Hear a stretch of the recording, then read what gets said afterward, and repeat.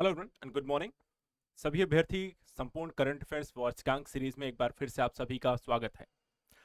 राष्ट्रीय और अंतर्राष्ट्रीय घटनाक्रम के बाद आज का जो टॉपिक होने वाला है वो रिपोर्ट और सूचकांक। परीक्षा के दृष्टिकोण से देखा जाए तो रिपोर्ट और सूचकांक को लगातार एग्जाम में पूछा जाता है। 2 से 3 ऐसे क्वेश्चन जरूर बन जाते हैं जो कि रिपोर्ट या सूचकांक को लेकर के होते हैं। इनको पढ़ना क्यों जरूरी है, किस तरीके के यहाँ पर रिपोर्ट सूचकांक ज्यादा पूछे जाते हैं और आगामी जो परीक्षाएं हैं उनके लिए आपको क्या क्या चीजें यहाँ पर इंपॉर्टेंट है उसको पढ़ के जाना है। आज हम इस सत्र में यहाँ पर इसके बारे में डिस्कस करेंगे, तो आप सभी मेरे साथ सभी प्रमुख रिपोर्ट और सूचकांक को यहाँ पर पढ़ेंगे। देखिए, रिपोर्ट और सूचकांक के बारे में सेशन को शुरू करने से पहले जरूरी पहलू देखिए, 2 तरीके के हैं। एक है जो राष्ट्रीय स्तर पर जारी किए जा रहे हैं, जैसे नीति आयोग के द्वारा काफी सारे रिपोर्ट और सूचकांक जारी किए जाते हैं, और एक है जो अंतर्राष्ट्रीय स्तर पर अलग अलग संस्थाओं के द्वारा अलग अलग विषयों से रिलेटेड आपको रिपोर्ट सूचकांक आते हैं। और दोनों तरीके के टॉपिक आपके प्रश्न एग्जाम में पूछे जा रहे हैं, इसलिए सभी को ध्यान से यहां पर पढ़ना है। आज के इस पूरा जो सत्र होगा हम प्रमुख रिपोर्ट और सूचकांक को एक एक करके पढ़ते चलेंगे। इसके साथ साथ इनसे रिलेटेड जो प्रश्न है उनको भी आपको रिवीजन कराते चलेंगे कि इस टॉपिक पर कैसे प्रश्न आप सभी के बन सकते हैं। ठीक है, तो चलिए आज का अपना सत्र प्रारंभ करते हैं और पढ़ते हैं क्या है प्रमुख रिपोर्ट और सूचकांक। पहला यहां पे देखिए है भारत रैंकिंग 2025। ठीक है, NIRF national institute ranking framework.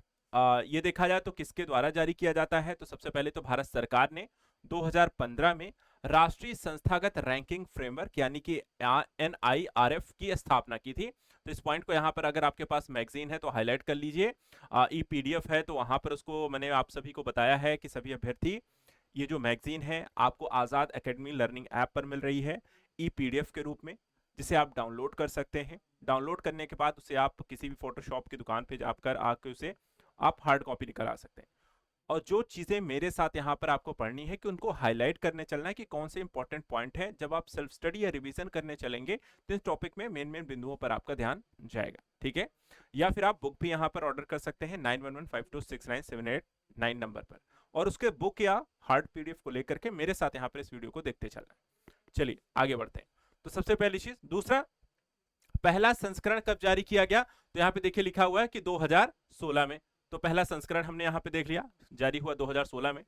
प्रारंभ में इसमें केवल क्या था कि एक श्रेणी यानी कि विश्वविद्यालय और 3 विषय यानी कि इंजीनियरिंग, प्रबंधन और फार्मेसी को शामिल किया गया था। लेकिन 2025 में अगर हम देखें तो कितनी श्रेणियां हैं, तो यहाँ पर आप देखिए 2025 में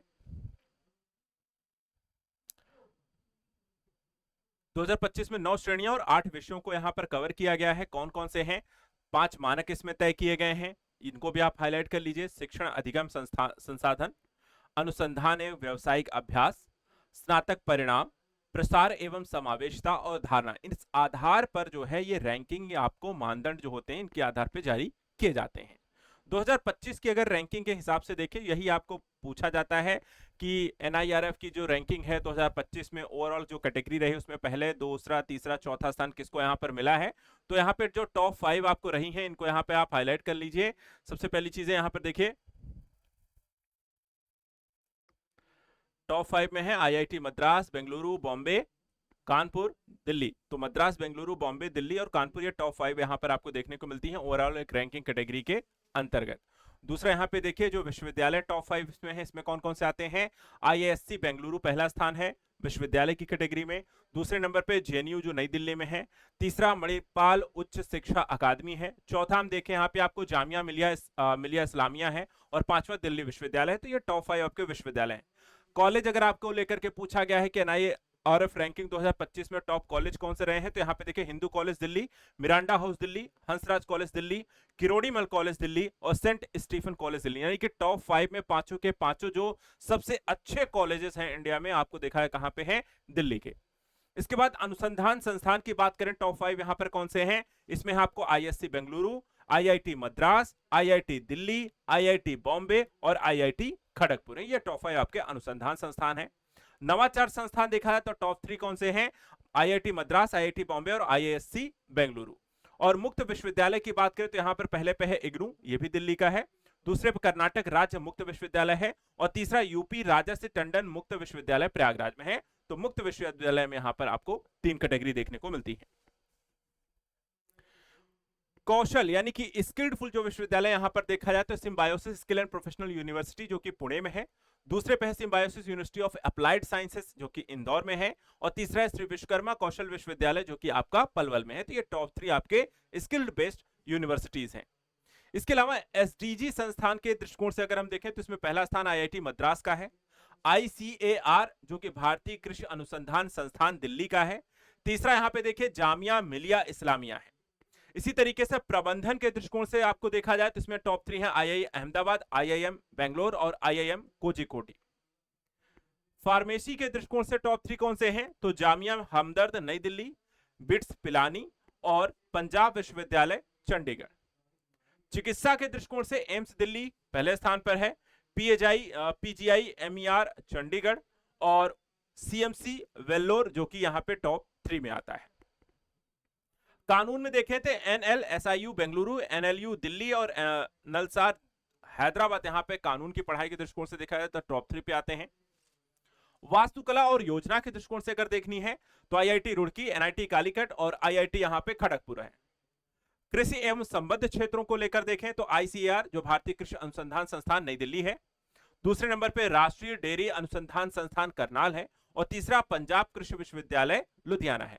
तो यहाँ पे देखिए जरूरी है कि पूछा क्या जाएगा, ज्यादातर देखा जाए तो आपको ओवरऑल रैंकिंग या फिर आपके टॉप यहाँ पे विश्वविद्यालय या कॉलेज को लेकर के पूछा जाता है, लेकिन समय समय पर देखा जाए ये रैंकिंग एग्जाम में पूछी जा चुकी है पिछले संस्करणों में। तो नया यहाँ पर कुछ अलग कैटेगरी में पूछ लिया जाए तो इसके लिए आपको इसको अच्छे से रिवाइज करके जाना, हर एक कैटेगरी को जरूर यहाँ पर देखकर जाना है। इसी से संबंधित यहाँ पे देखिए क्वेश्चन यहाँ पर है आपके लिए कि भारत रैंकिंग 2025 किस रूपरेखा के तहत जारी की जाती है, NAAC, NITI Aayog index, NIRF या यूजीसी। तो ये है आपका NIRF, national institutional ranking framework. दूसरा यहां पे देखिए इंडिया जस्टिस रिपोर्ट 2025 है।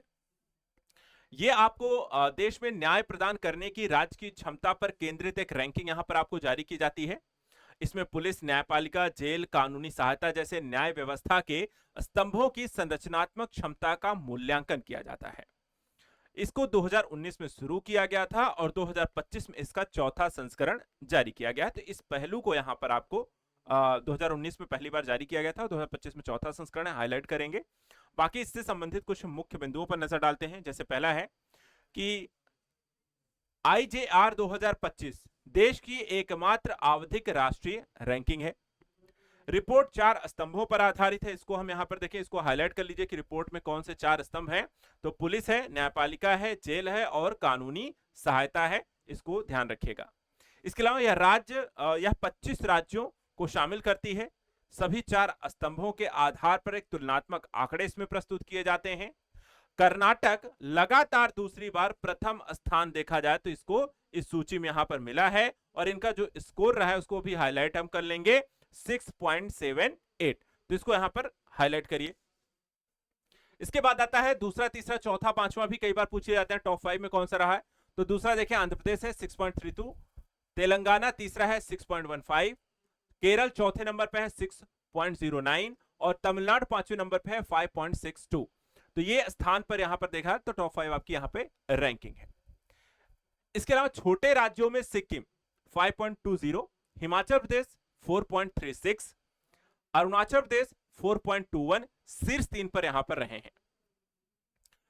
तो छोटे राज्यों में, बड़े राज्यों में ओवरऑल यहाँ पे जो भी जनसंख्या इत्यादि के आंकड़े हैं वो हमने देख लिया। अब कुछ अन्य यहाँ पे जानकारी जो इससे रिलेटेड है, जैसे कि राष्ट्रीय स्तर पर पुलिस जनसंख्या अनुपात 1 लाख पर 155 पुलिसकर्मी, जबकि मानक जो है 197 होने चाहिए। यानी कि वर्तमान में 1 लाख की जनसंख्या पर जितने पुलिस होने चाहिए संख्या उनकी कितनी है, राष्ट्रीय स्तर पर देखा जो मानक है 197, लेकिन भारत में कहां पर संख्या क्या है 155 है, जो कि कम है। बिहार में सबसे खराब स्थिति है, 1 लाख की जनसंख्या मात्र 81 पुलिसकर्मी है। इसी तरह राष्ट्रीय स्तर पर जेलों में 18.5% से अधिक कैदी बंद हैं, यानी क्षमता से ज्यादा भीड़भाड़ आपको जेलों में देखने को मिलती है। तो ये रिपोर्ट जो है ये सारी संबंधों को लेकर के यहां पर आपको जानकारी देती है। एक क्वेश्चन इसमें लिखा हुआ है कि इंडिया जस्टिस रिपोर्ट आईजेआर 2025 में बड़े राज्यों की रैंकिंग में पहला स्थान किस राज्य ने प्राप्त किया है। तो स्थान देखिए किसको मिला है, कर्नाटक है। दूसरा किसका है, आंध्र प्रदेश का है। तो यहां पर आपको पहला, दूसरा, तीसरा, चौथा, पांचवा, हमेशा रैंकिंग को लेकर के प्रश्न जो देखे जाए तो यहां पर आपको टॉप 5 जरूर देख के जाना है। मेंस का भी क्वेश्चन है, जो अभ्यर्थी मेंस की प्रिपरेशन कर रहे हैं मेंस पर क्वेश्चन लिख सकते हैं।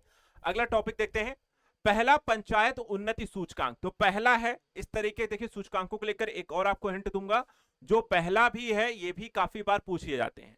भारत में आपको पंचायती से रिलेटेड है, तो पंचायत को लेकर के हम देखते हैं कि शासन व्यवस्था के अंतर्गत जो सबसे निचली इकाई है पंचायत को, ग्राम इकाई को देखा जाता है। तो उस दृष्टिकोण से भी देखा जाए तो जरूरी है, इसको ध्यान रखिएगा। इसके बारे में अच्छे से चीजों को पढ़ लेते हैं और हाईलाइट भी करते चलिएगा। तो सबसे पहली चीज तो पहला है, ठीक है। तो भारत सरकार के पंचायती राज मंत्रालय के द्वारा 2025 को पहला पंचायत उन्नति सूचकांक जारी किया गया। तो मंत्रालय कौन सा है? पंचायती राज मंत्रालय है। नया मानक यहां पे है कि ग्राम पंचायतों के बीच सतत विकास लक्ष्यों की प्रगति का मूल्यांकन इसमें किया जाएगा। जो तुलना होगी वो किस आधार पे? एसडीजी गोल्स के आधार पर होगी। मुख्य बिंदु क्या क्या है? सबसे पहली चीज तो पंचायत उन्नति सूचकांक वित्त वर्ष 2022-23 के लिए यहां पर आपको देखा जाए तो जारी किया गया है। कब से कब तक के लिए है? इसके बाद देश भर में देखा तो 2.5 लाख से अधिक ग्राम पंचायत मूल्यांकन यहां पर आपको देखा जाए, प्रगति का मूल्यांकन किया जाएगा 2.5 लाख पंचायतों का। 9 विषय इसमें शामिल किए गए हैं, और 9 विषय इसमें कौन कौन से हैं तो विषयों को एक हाईलाइट करते हैं, ठीक है। पहली चीज गरीबी उन्मूलन, स्वास्थ्य, बाल अनुकूल पंचायत, जल पारिस्थितिकी, स्वच्छता, आत्मनिर्भरता, सामाजिक न्याय, सुशासन और महिला सशक्तिकरण। ये 9 विषय हैं जो एसडीजी गोल्स के अंतर्गत भी हैं और इन्हें यहां पे पंचायत उन्नति सूचकांक में शामिल किया गया है। पंचायतों का जो मूल्यांकन किया जा रहा है इसमें 5 श्रेणियों में, मतलब इनको मूल्यांकन करने के बाद 5 अलग अलग श्रेणियों में डिवाइड किया जाएगा। Achiever, front runner, performer, aspirant और बिगिनर, ठीक है। 5 ये भी ध्यान रखना है। कितनी श्रेणियां हैं? 5 हैं। इसके अलावा कोई भी पंचायत अचीवर यानी कि 90 से 100 अंक के श्रेणी में नहीं पहुंच सकी, तो अचीवर कोई भी नहीं रही है। गुजरात की सर्वाधिक 346 ग्राम पंचायतें जो रही हैं फ्रंट रनर श्रेणी में रही हैं, ये भी ध्यान रखिएगा, ठीक है। दूसरा, अन्य प्रमुख राज्य तेलंगाना है, त्रिपुरा है, उत्तर प्रदेश और से संबंधित यहां पर डेटा है, तो वो सारी चीजों को थोड़ा सा हम हाईलाइट करते हैं और इन सारे पॉइंट्स को यहां पर अच्छे से रिवाइज करके जाना है। गुजरात की सर्वाधिक 346 ग्राम पंचायतें किस श्रेणी में है? फ्रंट रनर में है। तेलंगाना की 270 है और त्रिपुरा की 42 पंचायतें हैं। इसके अलावा उत्तर प्रदेश में केवल 3 पंचायतें हैं जो कि फ्रंट रनर श्रेणी में आई हैं। शीर्ष पंचायतों की बात करें तो धनोहारी ग्राम पंचायत लखनऊ यूपी का है, जिसका स्कोर रहा है 76.43, फ्रंट रनर रही है। बनपुर ग्राम पंचायत तेलंगाना की रही है, जिसका 84.09 स्कोर रहा है, शीर्ष स्थान यहां पर आपको प्राप्त करती है, तो यहां पर इनको ध्यान रखना है। क्वेश्चन यहां पर है कि पंचायत उन्नति सूचकांक में कितने स्थानीयकृत सतत विकास लक्ष्यों को शामिल किया गया है? तो नंबर हमने देखा कि 9 है। मेंस के दृष्टिकोण से जो अभ्यर्थी हैं तो वहां पर इस क्वेश्चन को भी लिख सकते हैं। अगला देखते हैं, राज्य ऊर्जा दक्षता सूचकांक 2025, ये किसके द्वारा जारी किया जाता है, किस परिप्रेक्ष्य में जारी किया जाता है, और मानक क्या है, मानदंड क्या है, रैंकिंग किसको क्या मिली? ये 4-5 चीजें आपको रिपोर्ट सूचकांक में, हर एक रिपोर्ट सूचकांक में यहां पर पढ़ के जानी है, ठीक है। तो यहां पर देख लेते हैं, तो ऊर्जा दक्षता ब्यूरो ने ऊर्जा कुशल अर्थव्यवस्था गठबंधन के सहयोग से राज्य ऊर्जा दक्षता सूचकांक यहां पे आपको जारी किया है। ये एक प्रमुख पहलू है, इसको हम हाईलाइट कर लेते हैं, किसके द्वारा जारी किया है, किस संदर्भ में यहां पे जारी किया है, किसके साथ मिलकर के जारी किया गया है। सूचकांक जो है राज्य और केंद्र शासित प्रदेश दोनों को इसमें शामिल किया गया है। 10 मुख्य तिथियां जो है, सबसे पहली चीज जारी कब किया गया, संस्करण कौन सा है, कितने राज्यों इत्यादि को शामिल किया गया, तो ये पूरी चीजों को आप हाईलाइट करेंगे, सारी चीजें यहाँ पर आपको जरूरी हो जाती हैं।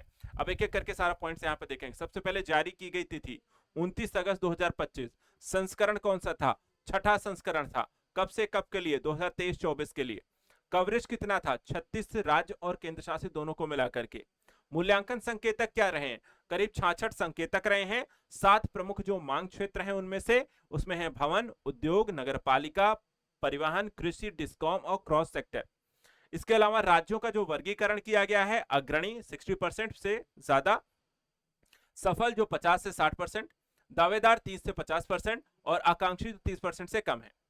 समूहवार सर्वश्रेष्ठ प्रदर्शनकारी राज्यों की बात करें तो समूह 1 में देखा जाए तो करीब जिनका 15 मिलियन टन तेल समतुल्य यहां पर आपको देखने को मिला, महाराष्ट्र है। समूह 2 जो 5 से 15 के बीच रहे हैं, आंध्र प्रदेश है। समूह 3 में देखा जाए तो आसाम है। समूह 4 में देखा जाए तो आपको त्रिपुरा है। अग्रणी राज्यों की बात करें तो इसमें आपको आंध्र प्रदेश, कर्नाटक, महाराष्ट्र, तेलंगाना, तमिलनाडु है। पिछले वर्ष 7 थे, अब यहां पर इसमें 5 रह गए हैं। सफल श्रेणी में देखा जाए तो असम और केरल है। दावेदार श्रेणी में अगर हम देखें तो हरियाणा, पंजाब, राजस्थान, उड़ीसा और उत्तर प्रदेश है। तो यहां पर आपको राज्यवार यहां पर जो स्थिति है वो ध्यान रखनी है। प्रमुख प्रगति के बारे में अगर हम बात करें तो इसमें 24 राज्यों ने ECBC 2017 अधिसूचित किया है। 31 राज्यों ने ईवी मोबिलिटी पॉलिसी को लागू किया है। 13 राज्यों ने सौर कृषि पंप और कोल्ड स्टोरेज अपनाए हैं। 11 राज्यों ने डिमांड साइड मैनेजमेंट को ARR में शामिल किया है। यानी कि एक अलग अलग क्षेत्रों को लेकर के राज्य सरकारों के द्वारा क्या क्या प्रयास किए गए हैं, किस तरीके की योजनाएं लागू की गई हैं, उसके लिए वहां पर आंकड़े जो होते हैं उस आधार पर यहां पर इनको तुलना करके अलग अलग श्रेणियों में इनको वर्गीकृत किया गया है। एक क्वेश्चन है कि राज्य ऊर्जा दक्षता सूचकांक किस संस्था के द्वारा जारी किया गया है? तो यहां पर हम देखें, ऊर्जा मंत्रालय है, ऊर्जा दक्षता ब्यूरो, और AEE है, नीति आयोग है, विद्युत मंत्रालय। तो आंसर क्या हो जाएगा आपका बी है, जहां पे 2 संस्थाओं के द्वारा मिलकर के इसे जारी किया गया है। अगला है श्रेष्ठ राज्य स्वास्थ्य नियामक उत्कृष्टता सूचकांक। यह भी देखा जाए तो स्वास्थ्य मंत्रालय के द्वारा, देखिए केंद्रीय स्वास्थ्य मंत्रालय के द्वारा पहली बार है जो कि यहां पर आपको जारी किया जा रहा है। ठीक है, तो इसको हम हाईलाइट कर लेते हैं। श्रेष्ठ का मतलब क्या है? State health regulatory excellence index. कई बार फुल फॉर्म भी पूछ लेते हैं, तो वो भी हमें ध्यान रखना है। उद्देश्य क्या है कि राज्यों और केंद्र शासित प्रदेशों में जो दवा नियामक प्रणाली है उसकी गुणवत्ता, उसमें पारदर्शिता, उसकी दक्षता को मापना और उसमें सुधार करने की प्रक्रियाएं शामिल है। आवश्यकता क्या है कि ताकि भारत को विश्व की फार्मेसी कहा जा सके, वर्ल्ड फार्मेसी के तौर पे भारत को हम डेवलप कर सके। राज्यों संघ राज्य क्षेत्रों में औषधि और नियामक क्षमता को असमान जो स्थिति है उसको पूरा कर सके। विनिर्माण से लेकर के लाइसेंसिंग तक वितरण की निगरानी जो है वो आपको राज्य स्तर पर यहां पर की जाए। श्रेष्ठ का जो स्वरूप है देखा जाए तो एक आभासी अंतर मूल्यांकन उपकरण के तौर पर प्रयोग किया जाता है। इसमें लक्ष्य क्या क्या रखे गए हैं? जैसे कि राज्य औषधि नियामक प्राधिकरणों का मूल्यांकन। दूसरा, मानव संसाधन, बुनियादी ढांचा, लाइसेंसिंग और निगरानी की खामियों की पहचान भी करना है। तीसरा, राज्यों को जो है वैश्विक मानकों के अनुसार परिपक्वता प्रमाणन की ओर मार्गदर्शन प्रोवाइड कराना है। निगरानी एवं कार्यान्वयन की बात करते हैं तो इसका केंद्रीय औषधि मानक नियंत्रण संगठन की निगरानी इसके द्वारा, मतलब ये सारा जो कार्यभार होगा, ये सारी कार्यक्रम होंगे, ये सारी जांच परख होगी, वो कौन करेगा? आपको CDSCO। राज्यों का जो वर्गीकरण है देखा जाए तो विनिर्माण राज्य 27 सूचकांकों का मूल्यांकन, और प्राथमिक जो वितरण राज्य यूटीज जो हैं उनका 23 सूचकांकों पर मूल्यांकन किया जाएगा। डेटा और रैंकिंग की जो प्रक्रिया होगी वो कैसे होगी? तो राज्य के हर महीने की 25 तारीख तक डेटा प्रस्तुत करेंगे। हर राज्य अपना अपना यहां पर डेटा देगा। अगले महीने की पहली तारीख को स्कोर एक तैयार किया जाएगा उसी डेटा के आधार पे, और पारदर्शिता है तो रैंकिंग सभी राज्यों यूटी के साथ साझा की जाएगी, हर एक राज्यों के साथ, कि देखिए आपकी रैंकिंग यहां पर कितनी आई है। मुख्य लाभ इससे क्या होगा कि जो दवा नियामक तंत्र को मजबूत हम कर सकेंगे और औषधि उपभोक्ताओं को एक विश्वास यहां पर मिलेगा कि देखिए जो कार्य प्रक्रियाएं, अगर वर्ल्ड फार्मेसी आपको डेवलप करनी है तो जो मानक है वर्ल्ड के लेवल पे वो आपको मेंटेन करने होंगे, ताकि जब आप दवाओं का निर्यात करते हैं तो ऐसा ना हो कि मानकों के अनुरूप ना होने के कारण आपको वहां पर मार्केट का एक्सेस ना मिले। तो इस चीज को भी यहां पर आपको सुनिश्चित करने का प्रयास इस तरीके से किया जा रहा है। ठीक है, तो औषध प्रशासन सामग्री अधिनियम एक समान कार्यान्वयन इत्यादि चीजें सुनिश्चित करेंगे। अगला आता है नीति आयोग। नीति आयोग ने तीसरी स्वैच्छिक राष्ट्रीय समीक्षा रिपोर्ट 2025 को प्रस्तुत किया है। अब ये क्या है, इसमें क्या क्या चीजें हैं? तो सबसे पहले VNR यानी कि वॉलंटरी नेशनल रिव्यू एक ऐसी प्रक्रिया है जिसके माध्यम से SDG की जो दिशा है वो तय की जा रही है। कितने लक्ष्य हमने यहाँ पे जो आकलन है, कितना प्राप्त किया, किस दिशा में चल रहे हैं, वो सारी चीजें यहाँ पर देखने को मिलती हैं। अब तक इसको लेकर के कितनी रिपोर्ट आ चुकी हैं? 3 रिपोर्ट आ चुकी हैं। कब कब आई हैं? 2017, 2020 और तीसरी जो आ रही है 2025 में है। भारत का दृष्टिकोण जो है VNR में क्या कहता है उसको थोड़ा सा समझते हैं। सबसे पहली चीज, समग्र सरकार समग्र समाज का दृष्टिकोण लेकर के चल रहे हैं सभी स्तरों पर। सहकारी और प्रतिस्पर्धी संघवाद जो SDG इंडिया इंडेक्स जैसे लक्ष्यों को प्राप्त करने के लिए, एसडीजी का स्थानीयकरण मॉडल, जिसके तहत हम जिले, ब्लॉक्स और गांवों को इसमें शामिल करेंगे। डिजिटल सार्वजनिक अवसंरचना, जिसमें हम आधार है, यूपीआई है इत्यादि का उपयोग करके जो सेवाएं हैं, डायरेक्ट बेनिफिट ट्रांसफर सुनिश्चित करेंगे। गरीबी के उन्मूलन को लेकर के काम किया जाएगा, जिसमें 171 मिलियन लोगों को गरीबी से बाहर निकाला गया। कब से कब के बीच? 2011-12 से 2022-23 के बीच। जो गरीबी दर भी रही वो देखा जाए तो 16.2% से 2.3%। इसके अतिरिक्त भूखमरी की समाप्ति जो एसडीजी गोल्स 2 है, जिसमें खाद्यान्न उत्पादन जो हमारा देखा जाए 204.6 मिलियन टन हुआ करता था 2004-5 में, और अब देखा जाए तो 332.3 मिलियन टन हो गया है 2023-24 में। इसके अतिरिक्त लैंगिक समानता जो एसडीजी गोल्स 5 है उसमें कहा गया है स्थानीय निकायों में महिलाओं की 45% प्लस सीटें यहां पर की गई हैं। बाल विवाह दर जो है 47% तक यहां आपको देखा है 2005-6 में था, जो 19-20 में देखा है तो गिर करके 23.3% आ चुका है। स्वच्छ जल और स्वच्छता जो कि एसडीजी गोल 6 है उसके अनुरूप देखें तो जल जीवन मिशन के तहत सरकार के द्वारा ग्रामीण घरों तक नल के माध्यम से जल की आपूर्ति को सुनिश्चित किया जा रहा है, और यह देखा जाए तो 17% था, तो 2019 से लेकर लगातार कार्य करने के बाद यह 80% तक पहुंच चुका है। वहीं स्वच्छ ऊर्जा की बात करें जो एसडीजी गोल 7 है आपका, इसमें इंस्टॉल्ड कैपेसिटी में नॉन फॉसिल फ्यूल्स का जो हिस्सा है वो 47.37% है।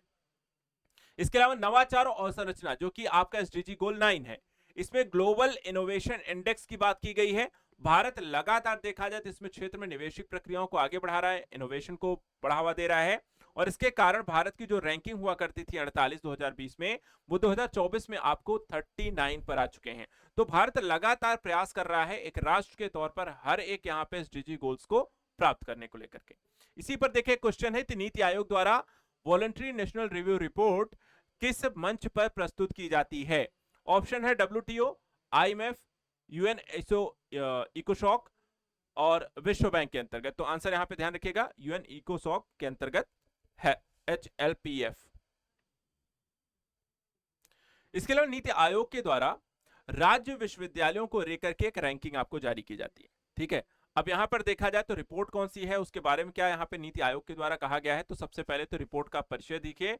शीर्षक क्या रही है इस रिपोर्ट के? एक्सपेंडिंग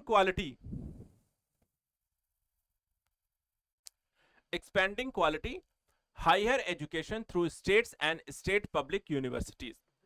एनईपी 2020 के तहत राज्य के विश्वविद्यालयों में एक मजबूत शिक्षा व्यवस्था को विकसित करना।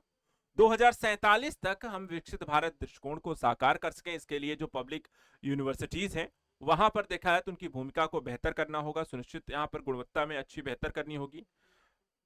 इसके लिए आपको वित्त पोषण, प्रशासन, रोजगार इत्यादि के प्रवृत्ति के दृष्टिकोण से शिक्षा प्रोवाइड की जानी चाहिए। इसके अलावा देखा जाए तो रिपोर्ट में जो प्रमुख निष्कर्ष आपको सामने आए कि पहली चीज यहां पर देखने को मिली कि राज्य विश्वविद्यालयों की जो हिस्सेदारी है कुल छात्र नामांकन में वो अभी भी 81% है। कुल विश्वविद्यालय जो बात करें जनवरी 2025 तक भारत में 495 है जो पब्लिक है। सबसे अधिक देखा जाए तो कर्नाटक में है 43, और उसके बाद पश्चिम बंगाल और उत्तर प्रदेश में है। सकल नामांकन दर की बात करें 2011 से 2021 के बीच तो ये 38% की वृद्धि हुई है। शीर्ष राज्यों की हम बात करें तो इसमें केरल, हिमाचल प्रदेश, अरुणाचल, मिजोरम, पश्चिम बंगाल, कर्नाटक, गोवा, उत्तराखंड, सिक्किम और राजस्थान है शीर्ष राज्यों की सूची, ध्यान रखिएगा। छात्र शिक्षक अनुपात, ये भी कुछ एग्जाम में क्वेश्चन बन सकता है, ठीक है, तो इसको भी हम थोड़ा सा हाईलाइट यहां पे करेंगे। इसमें क्या क्या है? सबसे पहले सर्वश्रेष्ठ जो राज्य रहा है छात्र शिक्षक अनुपात में, तो अरुणाचल प्रदेश, उत्तराखंड, पश्चिम बंगाल, पंजाब और तमिलनाडु 5 टॉप 5 है। लिंग समानता सूचकांक की अगर हम बात करें तो शीर्ष राज्यों में नागालैंड, हिमाचल, छत्तीसगढ़, पश्चिम बंगाल, मध्य प्रदेश, सिक्किम, हरियाणा, राजस्थान, त्रिपुरा और तमिलनाडु है। प्रमुख चुनौतियां अभी भी जो व्याप्त आपको देखने को मिलती हैं, जैसे कि वित्त पोषण की बाधाएं हैं, राज्य सरकारों के साथ शासन संबंधी मुद्दे हैं, संकाय और प्रशासकों की क्षमता निर्माण की आवश्यकता है, तो ये सारे मुद्दे अभी भी ऐसे हैं जो विद्यमान हैं। तो आयोग की तरफ से क्या सिफारिशें की गई, कैसे शिक्षा व्यवस्था को बेहतर किया जाएगा? तो शिक्षा की गुणवत्ता को बेहतर करने के लिए रिसर्च को बढ़ावा दिया जाए, और इसके लिए राष्ट्रीय शोध नीति को लाना होगा, तो रिसर्च को यहां पर बढ़ावा इससे मिलेगा। इसके अतिरिक्त अंतः विषयक शोध, स्टार्टअप को समर्थन देना चाहिए, उत्कृष्टता केंद्र और राज्य विश्वविद्यालय की नेटवर्किंग को विकसित करना चाहिए। शिक्षण शास्त्र में देखें तो सेमेस्टर आधारित गुणवत्ता का आकलन करना होगा। बहुविषयक शिक्षा और लचीलेपन को अपनाना होगा। डिजिटलीकरण की बात करें तो अत्याधुनिक डिजिटल अवसंरचना और लर्निंग प्लेटफॉर्म को विकसित करना होगा। Student life cycle management digital platform जैसी चीजें विकसित करनी है। अंतर्राष्ट्रीय स्तर पर देखा जाए सहयोग भी हम प्राप्त कर सकते हैं इसके लिए कि विदेशी विश्वविद्यालयों से सहयोग, अंतर्राष्ट्रीय सम्मेलन, दोहरी डिग्री के प्रोग्राम को प्राथमिकता देना और भाषा कौशल को प्रशिक्षण देना। तो अगर ये सारी चीजें हम अंतर्राष्ट्रीय स्तर पर अन्य यूनिवर्सिटीज के साथ मिलकर करते हैं तो इससे भारत में एजुकेशन सिस्टम को भी बेहतर किया जा सकेगा और साथ ही साथ एक ग्लोबल एक्सप्लोजर भी आपको देखने को मिलेगा। तो वित्त पोषण आपको कर सकते हैं। इसके अलावा प्रशासन की बात करें तो विश्वविद्यालय की प्रशासनिक व्यवस्था को जो पाठ्यक्रम इत्यादि को लेकर के एक स्वायत्तता यहां पर देनी होगी। अनुमोदन मान्यता जो है प्रक्रियाओं में आपको सुधार करना होगा। राज्य परिषदों को मजबूत करना होगा और राज्य स्तरीय हायर एजुकेशन विजन को भी तैयार करना होगा कि जो जरूरत को यहाँ पर उस हिसाब से जिस राज्य की जिस तरीके की एजुकेशन की जरूरत हो और उस तरीके के एजुकेशन प्रोवाइड तभी की जा सकती है जब राज्य स्तरीय स्तर पर इसको लेकर के प्रयास किए जाएं। इसके अलावा जो एजुकेशन है इंडिया में एक बड़ी समस्या रहती है, रोजगार परक नहीं होती है। तो ये भी ध्यान देना है कि रोजगार योग्यता को विकसित करना है, यानी कि इंटर्नशिप और अप्रेंटिसशिप पर जोर देना है। भाषा प्रशिक्षण और उद्यमिता को बढ़ावा देना है। विश्वविद्यालयों में इसके लिए लाइफ लॉन्ग लर्निंग सेंटर्स को विकसित किया जा सकता है और साथ ही साथ देखा जाए तो शारीरिक शिक्षा और छात्र कल्याण को भी हम प्राथमिकता इसमें दे सकते हैं। तो इस तरीके के अगर एजुकेशनल सिस्टम को डेवलप करेंगे तो एक छात्र का सिर्फ जो विकास होगा ना वो आपको देखा है तो बहुआयामी विकास होगा और उसका जो कॉन्फिडेंस लेवल होगा वो अलग ही आपको देखने को मिलेगा। एक क्वेश्चन है कि नीति आयोग की राज्य विश्वविद्यालय रिपोर्ट के संदर्भ में सही कथन क्या है। जैसे कि भारत में कुल 600 एसपीयू हैं। उच्च शिक्षा में नामांकन का 81% एसपीयू में ही है। सर्वाधिक एसपीयू का पश्चिम बंगाल में है और रिपोर्ट का शीर्षक है higher education in India role of private universities. तो आंसर हो गया बी। एक और ऐसी रिपोर्ट है जिसको हम कहते हैं लीड्स रिपोर्ट 2024। लीड्स यानी कि logistic is across different state, यानी कि लॉजिस्टिक को लेकर के एक क्षेत्र से दूसरे क्षेत्रों में, एक राज्य से दूसरे राज्यों में किस तरीके की व्यवस्थाएं हैं, कैसे आसानी से एक स्थान से दूसरे स्थान हम पहुंचाते हैं, उसको लेकर के क्या प्रयास है। पहली बार इस तरह की रिपोर्ट 2018 में आई। 2025 में केंद्रीय मंत्री पीयूष गोयल के द्वारा लीड्स 2024 रिपोर्ट को जारी किया गया है। इसमें राज्य और केंद्र शासित प्रदेश दोनों को इसमें शामिल किया जाता है। अब देखा जाए तो इसमें क्या क्या प्रमुख है। सबसे पहली चीज तो ये छठा संस्करण है आपका। संकेतक इसमें कौन कौन से हैं तो रिपोर्ट आधारित, रिपोर्ट धारणा आधारित और उद्देश्य परक दोनों संकेतकों पर यहां पर होनी चाहिए। 17 इसमें संकेतक हैं, 4 स्तंभ में उन्हें डिवाइड किया गया है। नया स्तंभ जो है 2024 में पहली बार जो जोड़ा गया है इसको हाईलाइट कर लीजिएगा, सस्टेनेबिलिटी एंड इक्विटी लॉजिस्टिक के चौथे स्तंभ के रूप में शामिल किया गया है। स्थल रुद्ध राज्यों की श्रेणी में देखा जाए तो उत्तराखंड, हरियाणा, तेलंगाना, उत्तर प्रदेश यहाँ पे अचीवर श्रेणी में है। फास्ट मूवर्स में देखा जाए तो मध्य प्रदेश, राजस्थान, पंजाब, बिहार और हिमाचल प्रदेश है। एस्पायर्स में देखा है तो छत्तीसगढ़ और झारखंड है। तटीय राज्य श्रेणी में अगर हम देखें तो महाराष्ट्र, ओडिशा, गुजरात, कर्नाटक, तमिलनाडु जो है अचीवर्स में है। पूर्वोत्तर राज्यों में देखा तो असम, अरुणाचल अचीवर्स हैं, सिक्किम, त्रिपुरा, मिजोरम, नागालैंड, मेघालय फास्ट मूवर्स हैं और मणिपुर जो है वो एस्पायर श्रेणी में है। वहीं केंद्र शासित क्षेत्रों को देखा जाए तो चंडीगढ़, दिल्ली अचीवर्स हैं।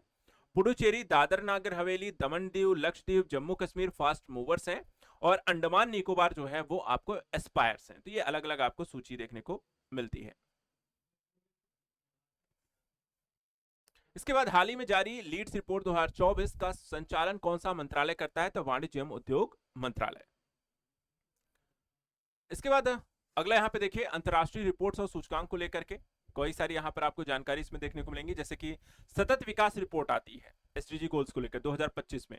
तो सतत विकास जो है लक्ष्य कब निर्धारित किया गया है 2030 के लिए निर्धारित किया गया है। कितने लक्ष्य हैं 17 लक्ष्य हैं और उपलक्ष्य कितने हैं 169 हैं। और एक वार्षिक आकलन एक रिपोर्ट है जो हर वर्ष यहाँ पर आपको जारी की जाती है। तो जारी कौन करता है तो SDSN यानी कि सतत विकास समाधान नेटवर्क, संयुक्त राष्ट्र के द्वारा इसे जारी किया जाता है। ये 10वां संस्करण है जो इस बार जारी किया गया है। थीम इस बार की क्या रही, तो इनको यहाँ पर हाईलाइट कर लीजिएगा। इंपॉर्टेंट एक रिपोर्ट है, कई बार यहाँ पर एग्जाम में आपसे पूछी गई है, इन सभी को आप हाईलाइट कर लीजिएगा, अच्छी इंपॉर्टेंट चीजें। थीम है financing sustainability development to 2030 and mid century. Cover देश जो है 2025 में देखा जाए तो 167 देश। रैंकिंग का जो पैमाना है, स्कोर 0 से लेकर के 100। 0 का मतलब है कि आपने सबसे खराब प्रदर्शन किया है, 100 का मतलब है कि आपने पूर्ण लक्ष्य प्राप्त कर लिया है। शीर्ष देश बात करें तो अभी फिनलैंड स्वीडन जो है 87 और 85 पर आ चुके हैं, 87 85.7, डेनमार्क 85.3, जर्मनी 83.7 और फ्रांस 83.1 तक है। अंतिम स्थान दक्षिण सूडान का है जो 41.6 का स्कोर उसको मिला है। भारत की स्थिति देखा जाए तो 99 स्थान पे हम हैं और भारत के स्कोर है 67। पिछली जो रैंकिंग थी 109वां स्थान था, जो अब यहाँ पे 10 स्थानों की छलांग लगाकर 99 पे आ गए हैं। क्वेश्चन है कि सतत विकास रिपोर्ट 2025 में भारत की विश्व रैंकिंग कितनी रही, तो 99। ये ध्यान रखना है, यही रैंकिंग को लेकर ही मल्टीपल टाइम एग्जाम में क्वेश्चन बन जाते हैं। अगला है आईएमडी विश्व प्रतिस्पर्धात्मक रैंकिंग 2025। ये अगर आप देखें तो वैश्विक स्तर पर कॉम्पिटिटिवनेस वर्ल्ड इकोनॉमिक्स के अंदर कितना है, कौन सा देश अच्छा कर रहा है, कौन सा देश अच्छा नहीं कर रहा है, तो उसको लेकर के है। इसे जारी कौन करता है, तो international institute of management development जो है प्रतिवर्ष यहाँ पर जारी करती है। देशों को इस आधार पर तुलना की जाती है, तो आर्थिक दक्षता, शासन क्षमता, व्यवसाय वातावरण और अवसंरचना। रैंकिंग का प्रकाशन देखा है तो ये 36वां संस्करण है, आईएमडी के द्वारा जारी किया गया। सर्वेक्षण तो है 2025 की रिपोर्ट में 69 अर्थव्यवस्थाओं का सर्वेक्षण किया गया है। शीर्ष देश में देखा है तो स्विट्जरलैंड ने, यहाँ पर स्विट्जरलैंड की संस्था है, खुद ही को देखा है तो 100 अंक दे दिया है। और साथ ही साथ अंतिम स्थान वाले देशों को भी हम देख लेते हैं। सिंगापुर को 99.4 और हांगकांग को यहाँ पर देखा है तो 99.2 है। अंतिम स्थान है 69वां, 68वां और 67वां। तो 69वां है वेनेजुएला 25.5, नामीबिया 68वां स्थान है 37.5 और 67वां नाइजीरिया का यहाँ पर मिला है। भारत की रैंकिंग भी आपसे पूछी जा सकती है, तो भारत क्योंकि 64.2 अंकों के साथ 41वें नंबर पे है। भारत का सुधार क्या हुआ है, तो इस रैंकिंग में देखें पिछले वर्ष की तुलना में सुधार हुआ है, विशेषकर डिजिटल नवाचार और स्टार्टअप इकोसिस्टम को लेकर के। इसके अलावा भारत की चुनौतियां क्या हैं, अवसंरचना की एक तो कमी है, बेरोजगारी, शिक्षा, स्वास्थ्य, समानता जैसी चीजें आपको देखने को मिलती हैं, तो ये सारी चीजें आपको देखने को मिली है। क्वेश्चन है कि आईएमडी विश्व प्रतिस्पर्धात्मक रैंकिंग में भारत का स्थान, तो रैंक है 41।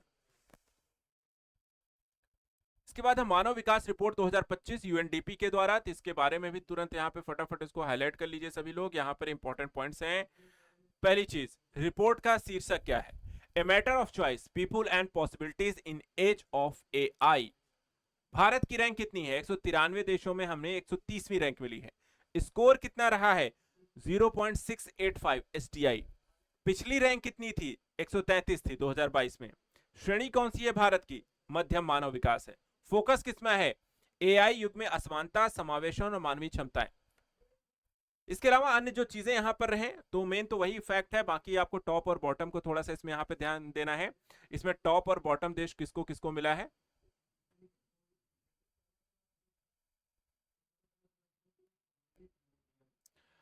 आइसलैंड को पहला स्थान 0.972 और दक्षिण सूडान को सबसे नीचे 0.388 यहां पर मिला है, ठीक है। इसके अलावा असमानता जो बढ़ी है, उच्च एसडीआई देशों की तेज प्रगति, निम्न एसडीआई देशों में ठहराव के कारण। एआई के प्रसार भी आपको एक फैक्ट इसमें डाला गया है कि दुनिया में 5 में से 1 व्यक्ति एआई टूल्स का उपयोग करता है और 60% को नौकरी सृजन की उम्मीद है, पर विस्थापन की भी यहां पर आपको आशंका एआई के कारण है। इसके अलावा क्या और कुछ इंपॉर्टेंट है, तो भारत का एसडीआई स्कोर वो हमने देख लिया है, बस वही आपको ध्यान रखना है। पड़ोसी देशों की से तुलना में भी कई बार आपको पूछ लिया जाता है, तो पड़ोसी देशों से थोड़ा सा देख लेते हैं कि किसकी क्या यहाँ पे आपको रैंक रही है।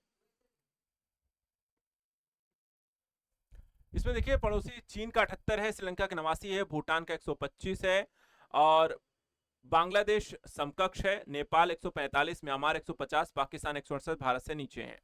तीन, चीन, श्रीलंका, भूटान भारत से ऊपर है, बांग्लादेश भारत के समकक्ष है और नेपाल, म्यांमार, पाकिस्तान भारत से नीचे है। जीवन प्रत्याशा भारत में 72 वर्ष है। शिक्षा देखा जाए तो अपेक्षित स्कूली शिक्षा 13 वर्ष है, औसत स्कूली शिक्षा मात्र 6.88 वर्ष है।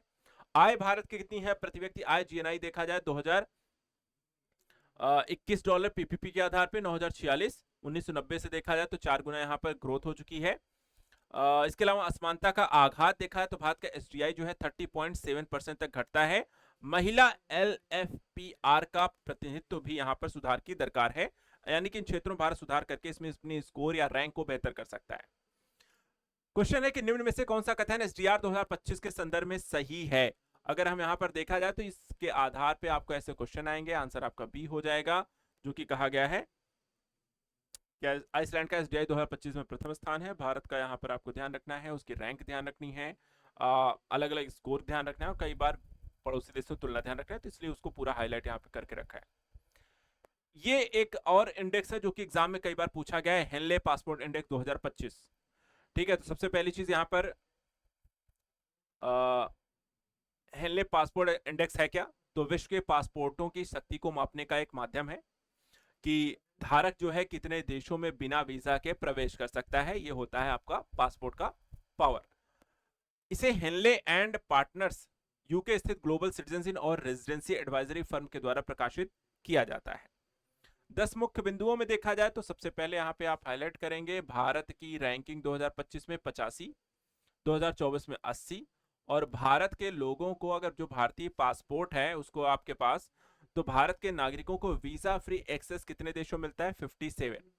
भारत का सर्वोच्च स्थान 2006 में था जहां हम 71 देशों में, और न्यूनतम देखा है 2021 में हम 90वें स्थान पर थे। ठीक है, तो ये एक अलग अलग रैंकिंग है। फिलहाल भारत की 80 रही है, और हमारी सर्वश्रेष्ठ रैंकिंग 71 थी, और सबसे खराब रैंकिंग हमारी 90 रही है। तो ये घटता बढ़ता रहता है देशों के ऊपर। अब दूसरा, पहला, दूसरा, तीसरा स्थान भी देख लेते हैं। तो पहला स्थान सिंगापुर का 195 देशों में वीजा फ्री, दूसरा स्थान जापान का 193 देशों में है, तीसरा स्थान यूरोपीय संघ के कई देश हैं प्लस दक्षिण कोरिया जिनको 192 देशों में है।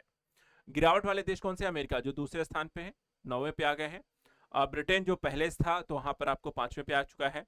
निचले देश में बात करें तो पाकिस्तान और यमन का है, 103वां स्थान है। इराक, सीरिया, अफगानिस्तान सबसे नीचे है।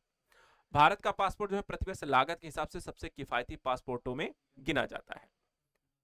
तो ये सारी चीजें UK platform compare to market में सबसे महंगे पासपोर्ट जो है मैक्सिको, ऑस्ट्रेलिया, अमेरिका सबसे सस्ते हैं, यूएई, भारत देखा जाए तो ये लोग सस्ते हैं, और ये जो देश है वो सबसे महंगे हैं, Mexico, Australia, America, UAE, Bharat, Hungary का सस्ता है। रैंक देख लेते हैं। हेनरी पासपोर्ट इंडेक्स 2025 में भारत का स्थान 71, 80, 85, 90, कौन सा है, 80। एक और क्वेश्चन आता है ऊर्जा संक्रमण सूचकांक 2025 को लेकर के, ये भी आ गया है, किसके द्वारा जारी किया गया, तो विश्व आर्थिक मंच, हाईलाइट करेंगे। ठीक है, मुख्य बिंदु क्या है, प्रकाशन कब हुआ, 18 जून 2025 को। शीर्षक क्या रही है इस रिपोर्ट सूचकांक की, फॉस्टरिंग इफेक्टिव एनर्जी ट्रांजिशन 2025। आयाम क्या क्या रहे हैं इसमें, तो एक तो है समानता यानी कि इक्विटी, किस संदर्भ में, स्वच्छ ऊर्जा तक पहुंच और आर्थिक विकास को लेकर के। दूसरा जो है पर्यावरण स्थिरता को लेकर के है, और तीसरा देखा जाए तो ऊर्जा सुरक्षा को लेकर के है। तो मानक यहाँ पर जैसी चीजें जो है ध्यान रखनी है। इसके अलावा देखा है कुल देश कितने शामिल हुए थे, इसमें 118 देश हैं। शीर्ष देशों की सूची देख लेते हैं। स्वीडन का 70.5, फिनलैंड 71.8, डेनमार्क 71.6, नॉर्वे 71.5 और स्विट्जरलैंड का 71। ये स्कोर है। अंतिम स्थान की बात करें तो कांगो लोकतांत्रिक गणराज्य का 198वां स्थान है। भारत की रैंक देखा जाए तो 71 है, स्कोर है 53.3। तो बहुत अच्छी रैंकिंग यहां पर नहीं है। चुनौतियां क्यों हैं, उच्च कोयला पर निर्भरता, प्रदूषण और ऊर्जा सुरक्षा के मुद्दे। तो ये सारी चीजें यहां पर आपको ध्यान रखना है। एक क्वेश्चन है इसमें, ऊर्जा संक्रमण सूचकांक 2025 में भारत का स्थान 51, 61, 71 या 81। तो ऐसे जो प्रश्न आएंगे इसी टॉपिक पर आपको, तो उनको यहाँ पर देखते चलना है। मेंस का भी देखा जाए तो आपको प्रश्न आएगा, उनको भी देखते चलना है। जो भी अभ्यर्थी हैं प्रीलिम्स को, मेंस को लेकर तैयारी कर रहे हैं, वो अपने अपने दृष्टिकोण से हर टॉपिक को पढ़ते चले। अगला आता है ग्लोबल लायबिलिटी सूचकांक। इसको देखा जाए तो विभिन्न शहरों में रहने योग्य परिस्थितियों के आधार पर जारी किया जाता है। कौन करता है, इकोनॉमिस्ट इंटेलिजेंस यूनिट EIU। जारी कब किया गया, 18 जून 2025 को जारी किया गया। कितने शहरों को कवरेज किया गया, 173 शहरों को शामिल किया गया। मूल्यांकन किस आधार पे किया गया है, तो इनको हाईलाइट भी करते चलेंगे। ठीक है, मूल्यांकन की श्रेणियां स्थिरता, स्वास्थ्य, देखभाल, संस्कृति, पर्यावरण, शिक्षा, बुनियादी ढांचा। कुल संकेतक कितने हैं, 30 हैं। प्रथम स्थान कौन से शहर को मिला है? कोपेनहेगन। कोपेनहेगन कौन से देश में आता है? डेनमार्क में। स्कोर कितना मिला है? 98। कोपेनहेगन ने स्थिरता, शिक्षा और बुनियादी ढांचे में 100 में से 100 का स्कोर प्राप्त किया है। एशिया प्रशांत क्षेत्र में मेलबर्न या ऑस्ट्रेलिया का जो शहर है सबसे रहने योग्य शहर के सूची में यहां पर आता है। संघर्ष और अस्थिरता कारण दशमिक जो सीरिया को 173वां और अंतिम स्थान मिला है। यूरोपीय शहरों की बात करें तो कोपेनहेगन, वियना, ज्यूरिख, जेनेवा लगातार यहां पर आपको शीर्ष पर बने हुए हैं। इसमें देखा जाए तो ग्लोबल लाइबिलिटी सूचकांक 2025 में प्रथम स्थान किसको मिला है? तो कोपेनहेगन को मिला है। इसका आंसर यहां पर आपको बी होगा। ठीक है, इसके बाद है ग्लोबल जेंडर गैप रिपोर्ट 2025, जिसे विश्व आर्थिक मंच के द्वारा जारी किया जाता है। इससे संबंधित कुछ रिपोर्ट्स पर यहां पर नजर डालते हैं। तो डब्ल्यूईएफ के द्वारा जारी किया गया 30% से अधिक अभी भी विश्व में जेंडर गैप मौजूद है। पूर्ण समानता प्राप्त करने में 123 वर्ष और लगेंगे। 2025 चल रहा है, आप समझिए कि 123 साल लगेंगे हमें यहाँ पर जेंडर गैप को खत्म करने में। शीर्ष देश देखा तो आइसलैंड है लगातार 16वें वर्ष, उसके बाद फिनलैंड, नॉर्वे, यूके और न्यूजीलैंड है। भारत 148 देशों में हम 131वें स्थान पर हैं। 2024 में 129वां था, तो हम और भी नीचे 2 स्थान नीचे गिर गए हैं। स्कोर 2000 देखा है तो 0.641 है, 0.644 हुआ है। सुधार के बावजूद अंक बेहतर हुए हैं, लेकिन रैंक हमारी गिर गई है। दक्षिण एशिया देशों की स्थिति, बांग्लादेश का 24वां शीर्ष, नेपाल 125, भूटान 119, श्रीलंका 130, में भी यहाँ पे 124वां होगा। भारत की मुख्य चुनौतियां शिक्षा, स्वास्थ्य, एनीमिया, एमएमआर, राजनीतिक भागीदारी और डिजिटल डिवाइड है। सरकार के द्वारा क्या क्या कदम भारत में उठाए गए, जैसे कि नारी शक्ति वंदन अधिनियम, बीबीबीपी, पोषण अभियान, पीएमएमवीवाई, वन स्टॉप सेंटर, महिला हेल्पलाइन जैसे कई सारे पहल किए गए हैं। सुधार भी थोड़ा सा मामूली यहाँ पर आपको देखने को मिला है, उसके कारण रैंक जो दिखाती है, लेकिन फिर भी हमारी रैंक जो है वो आपको अंक बढ़े हैं, रैंक गिर गई है। क्वेश्चन है कि ग्लोबल जेंडर गैप रिपोर्ट 2025 किस संस्था के द्वारा जारी की जाती है? तो आपको आंसर क्या करना है? विश्व आर्थिक मंच। वैश्विक शांति सूचकांक पृष्ठभूमि 2025 देखा जाए तो ऑस्ट्रेलिया स्थित institute for economic and peace के द्वारा जारी किया गया। 163 देश देखा जाए तो इसमें आपको शामिल किए गए। ये 19वां संस्करण है और 23 गुणात्मक और मात्रात्मक संकेतकों के आधार पर देखा जाए तो ये रैंक आपको जारी की जाती है। सबसे शांतिपूर्ण जो देश हैं पश्चिम व मध्य यूरोप रहे हैं। सबसे अशांत क्षेत्र रहे हैं मध्य पूर्व और उत्तरी अफ्रीका। विश्व का सबसे शांतिपूर्ण देश कौन सा रहा है? तो आइसलैंड रहा है। तो इसको आप ऐसे हाईलाइट कर लीजिए, यहां से उठाइएगा और इनको हाईलाइट कर लीजिए 10वें पॉइंट तक। ठीक है, स्कोर कितना है? 1.095। शीर्ष 5 शांतिपूर्ण देश आइसलैंड, आयरलैंड, न्यूजीलैंड, ऑस्ट्रेलिया और स्विट्जरलैंड। सबसे कम शांतिपूर्ण देश रूस है। भारत की स्थिति 115वां स्थान है, स्कोर दिया गया 2.229।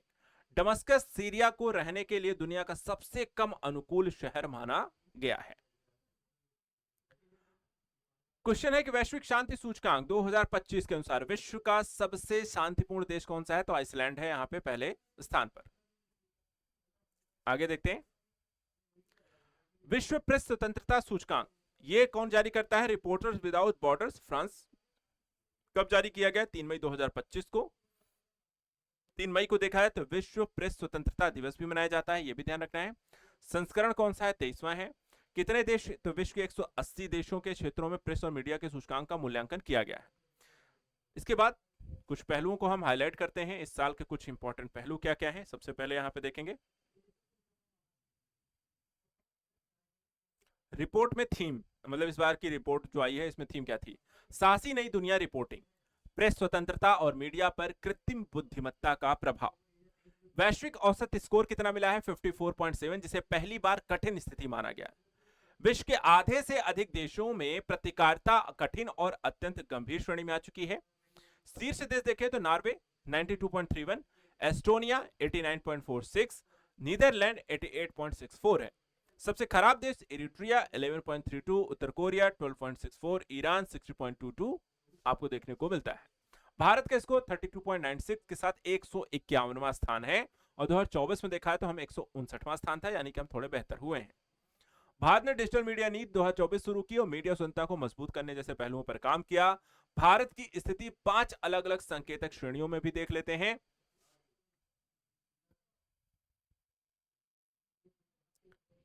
इसको हाईलाइट कर लिया हमने यहाँ पे। राजनीतिक स्तर पे 155वां, आर्थिक स्तर पे 132, विधिक पे 141, सामाजिक सांस्कृतिक में 160 और सुरक्षा में 155वां। अमेरिका का 57वां, अर्जेंटीना का 87। जैसे लोकतांत्रिक देशों की स्थिति खराब हो चुकी है। फिलिस्तीन में युद्ध के कारण 200 से अधिक पत्रकार मारे गए, जिससे वैश्विक प्रेस स्वतंत्रता पर सबसे बड़ा असर यहां पर पड़ा है।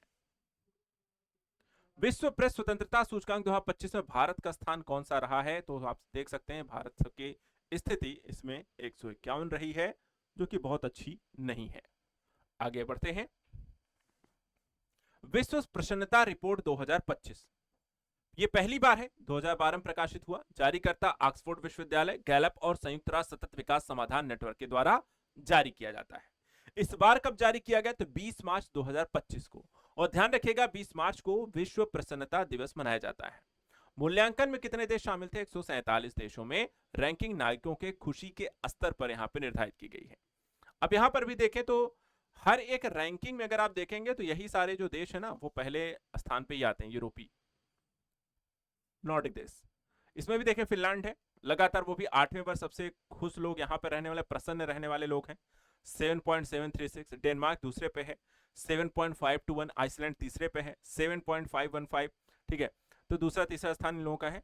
उसके बाद सबसे अशांति प्रिय देशों की बात करें, जहां खुशी तो शायद क्या सबसे दुखी देशों की है सूची अगर बना ले तो नीचे से ये लोग नहीं, ऊपर से पहले पे आने लगेंगे।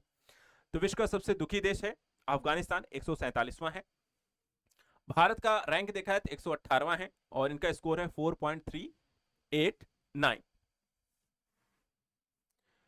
तो भारत की स्थिति में सुधार 2024 में देखा जाए तो हम 126वें स्थान पर थे। दान डोनेशन देने वाले देशों में भारत का स्थान 57वां है। सामाजिक सेवा में 10वां स्थान है। अजनबियों की सहायता में 74वां स्थान है। पड़ोसियों की मदद में भारत का 115वां स्थान है। और पुलिस व संस्थागत भरोसे में भारत का स्थान 93 है। विश्व प्रसन्नता शिखर सम्मेलन 15-16 मार्च 2025 में देखा तो मियामी फ्लोरिडा यूएसए में इसका आयोजन होता है। इसके बाद विश्व प्रसन्नता रिपोर्ट 2025 के अनुसार सबसे प्रसन्न देश कौन से हैं? इसमें आंसर है आपका फिनलैंड। इसके बाद आता है अगला क्वेश्चन है आर्थिक स्वतंत्रता सूचकांक 2025। जारीकर्ता द हेरिटेज फाउंडेशन जो वॉशिंगटन डीसी अमेरिका में है, इसकी शुरुआत करता है 1995 में। 2025 में संस्करण इसका 31वां आया और कवरेज जो किया गया 176 देशों का। मूल्यांकन का आधार क्या रहा? तो आर्थिक नीतियां, उसकी तुलनात्मक स्थिति रही। अब इसमें कुछ स्कोर और देशों की सूची जो कि हर एक रिपोर्ट और सूचकांक हम देख रहे हैं। तो सबसे पहले तो यहां पर देखें, हाईलाइट कर लिया, केवल स्विट्जरलैंड आयरलैंड को आर्थिक रूप से स्वतंत्र श्रेणी में रखा गया है 80+ की श्रेणी में। यहां पर तो 2 ही देश हैं। उसके बाद सिंगापुर को विश्व की सबसे स्वतंत्र अर्थव्यवस्था घोषित किया गया है। 20 देशों को प्रायः स्वतंत्र यानी कि 70 से 79.9 के स्कोर में रखा गया है। ऑस्ट्रेलिया छठा, जर्मनी का 22वां स्थान है। 60 से 69.9 के स्कोर वाले देशों को मध्यम रूप से स्वतंत्र श्रेणी में रखा गया है। 50 से 59.9 स्कोर वाले प्रायः गैर स्वतंत्र श्रेणी में भारत, ब्राजील और रूस को देखा जाए तो इसी श्रेणी में आपको रखा गया है। तो इस कारण से इसको आप हाईलाइट कर लेंगे।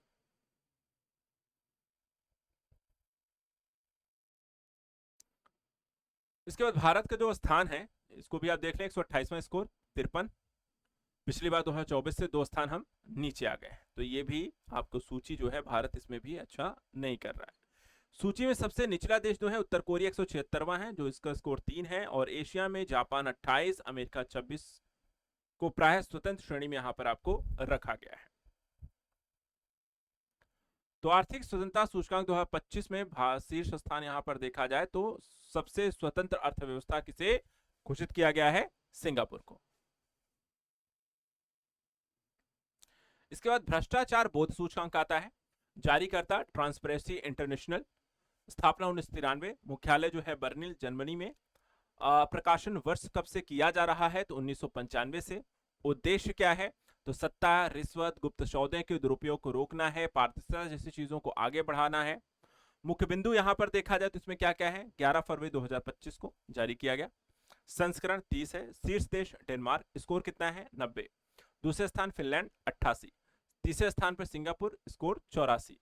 सबसे भ्रष्ट देश दक्षिणी सूडान जिसका स्कोर 180, स्कोर मिला है 8। अन्य सबसे भ्रष्ट देशों में देखा है तो सोमालिया है 179वां स्थान, स्कोर मिला है 9। वेनेजुएला 178वां है, स्कोर मिला है 10। और भारत की स्थिति देखा जाए तो 96 है, स्कोर मिला है 38। भारत का पिछला स्थान कितना था तो हम 93वें स्थान पे थे, 39 यहाँ पे स्कोर मिला था। तो यहाँ पर देखा जाए 93 से हम 96 पे आ गए, एक अंक की गिरावट के साथ। और क्षेत्रीय यहाँ पे औसत जो स्कोर है वो यहाँ पर आपका पश्चिमी यूरोप का उच्चतम है 64, उप सहारा अफ्रीका का न्यूनतम है 33 और एशिया प्रशांत का है 44। एक और चीज, डेनमार्क लगातार 7वें वर्ष सबसे कम भ्रष्ट देश बना रहा है यहाँ पर, और भारत का स्थान पिछली बार से 3 स्थान गिरकर 96 पे आया है। भ्रष्टाचार बोध सूचकांक 2024 में भारत का स्थान कितना है? 96। अगला यहाँ पे है जलवायु जोखिम सूचकांक 2025, जिसे यहाँ पे अंतरराष्ट्रीय आकलन उपकरण है जर्मन वॉच संगठन के द्वारा जारी किया जाता है। तो 12 फरवरी 2025 को जारी किया गया, 2006 से जारी किया जा रहा है। अवधि का आकलन जो है 1993 से लेकर के 2022 के बीच 30 वर्षों तक चरम मौसम घटनाओं को आंकड़ों को यहाँ पर विश्लेषण करके डेटा जारी किया जाता है। प्रभावित इस दौरान कितने हुए तो 9400 से ज्यादा घटनाएं हुई और विश्व भर में 7.65 लाख लोग प्रभावित हुए। आर्थिक क्षति इस दौरान कितनी हुई तो 4.2 ट्रिलियन डॉलर की हुई। मुख्य कारण क्या रहा तो इसमें तूफान 35%, हीट वेव 30% और बाढ़ 27% रही। अधिकतम जो क्षति हुई वो तूफानों से 2.33 ट्रिलियन डॉलर करीब 56% की। सर्वाधिक प्रभावित देश कौन से रहे तो पाकिस्तान, बेलीज और इटली रही। 1993 से 2022 के बीच सर्वाधिक प्रभावित देशों में देखा है तो डोमिनिक, चीन और होंडुरास रहे। भारत की स्थिति 1993 से 2022 सर्वाधिक प्रभावित देशों की सूची में 6ठे स्थान पर भारत रहा है। इसके अलावा जलवायु जोखिम सूचकांक 2025 किस संगठन के द्वारा जारी किया जाता है तो इसका आंसर क्या हो जाएगा? German watch.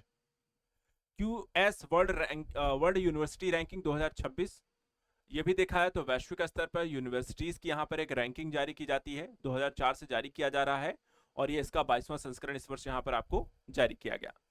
इसमें जारी कौन करता है तो क्यूएस जारी करती है। जारी 19 जून 2025 को किया गया, संस्करण आपका 22वां था। नई पद्धति इसमें जो जोड़ी गई है वो रोजगार स्थिरता। प्रथम स्थान जो मिला है एमआईटी देखा है तो मैसाचुसेट्स प्रौद्योगिकी संस्थान अमेरिका को लगातार 14वें वर्ष यहाँ पर पहला स्थान मिला है। इसके अलावा imperial college London, Stanford university, Oxford university, Harvard universities यहाँ पर आपको शीर्ष संस्थान रही हैं।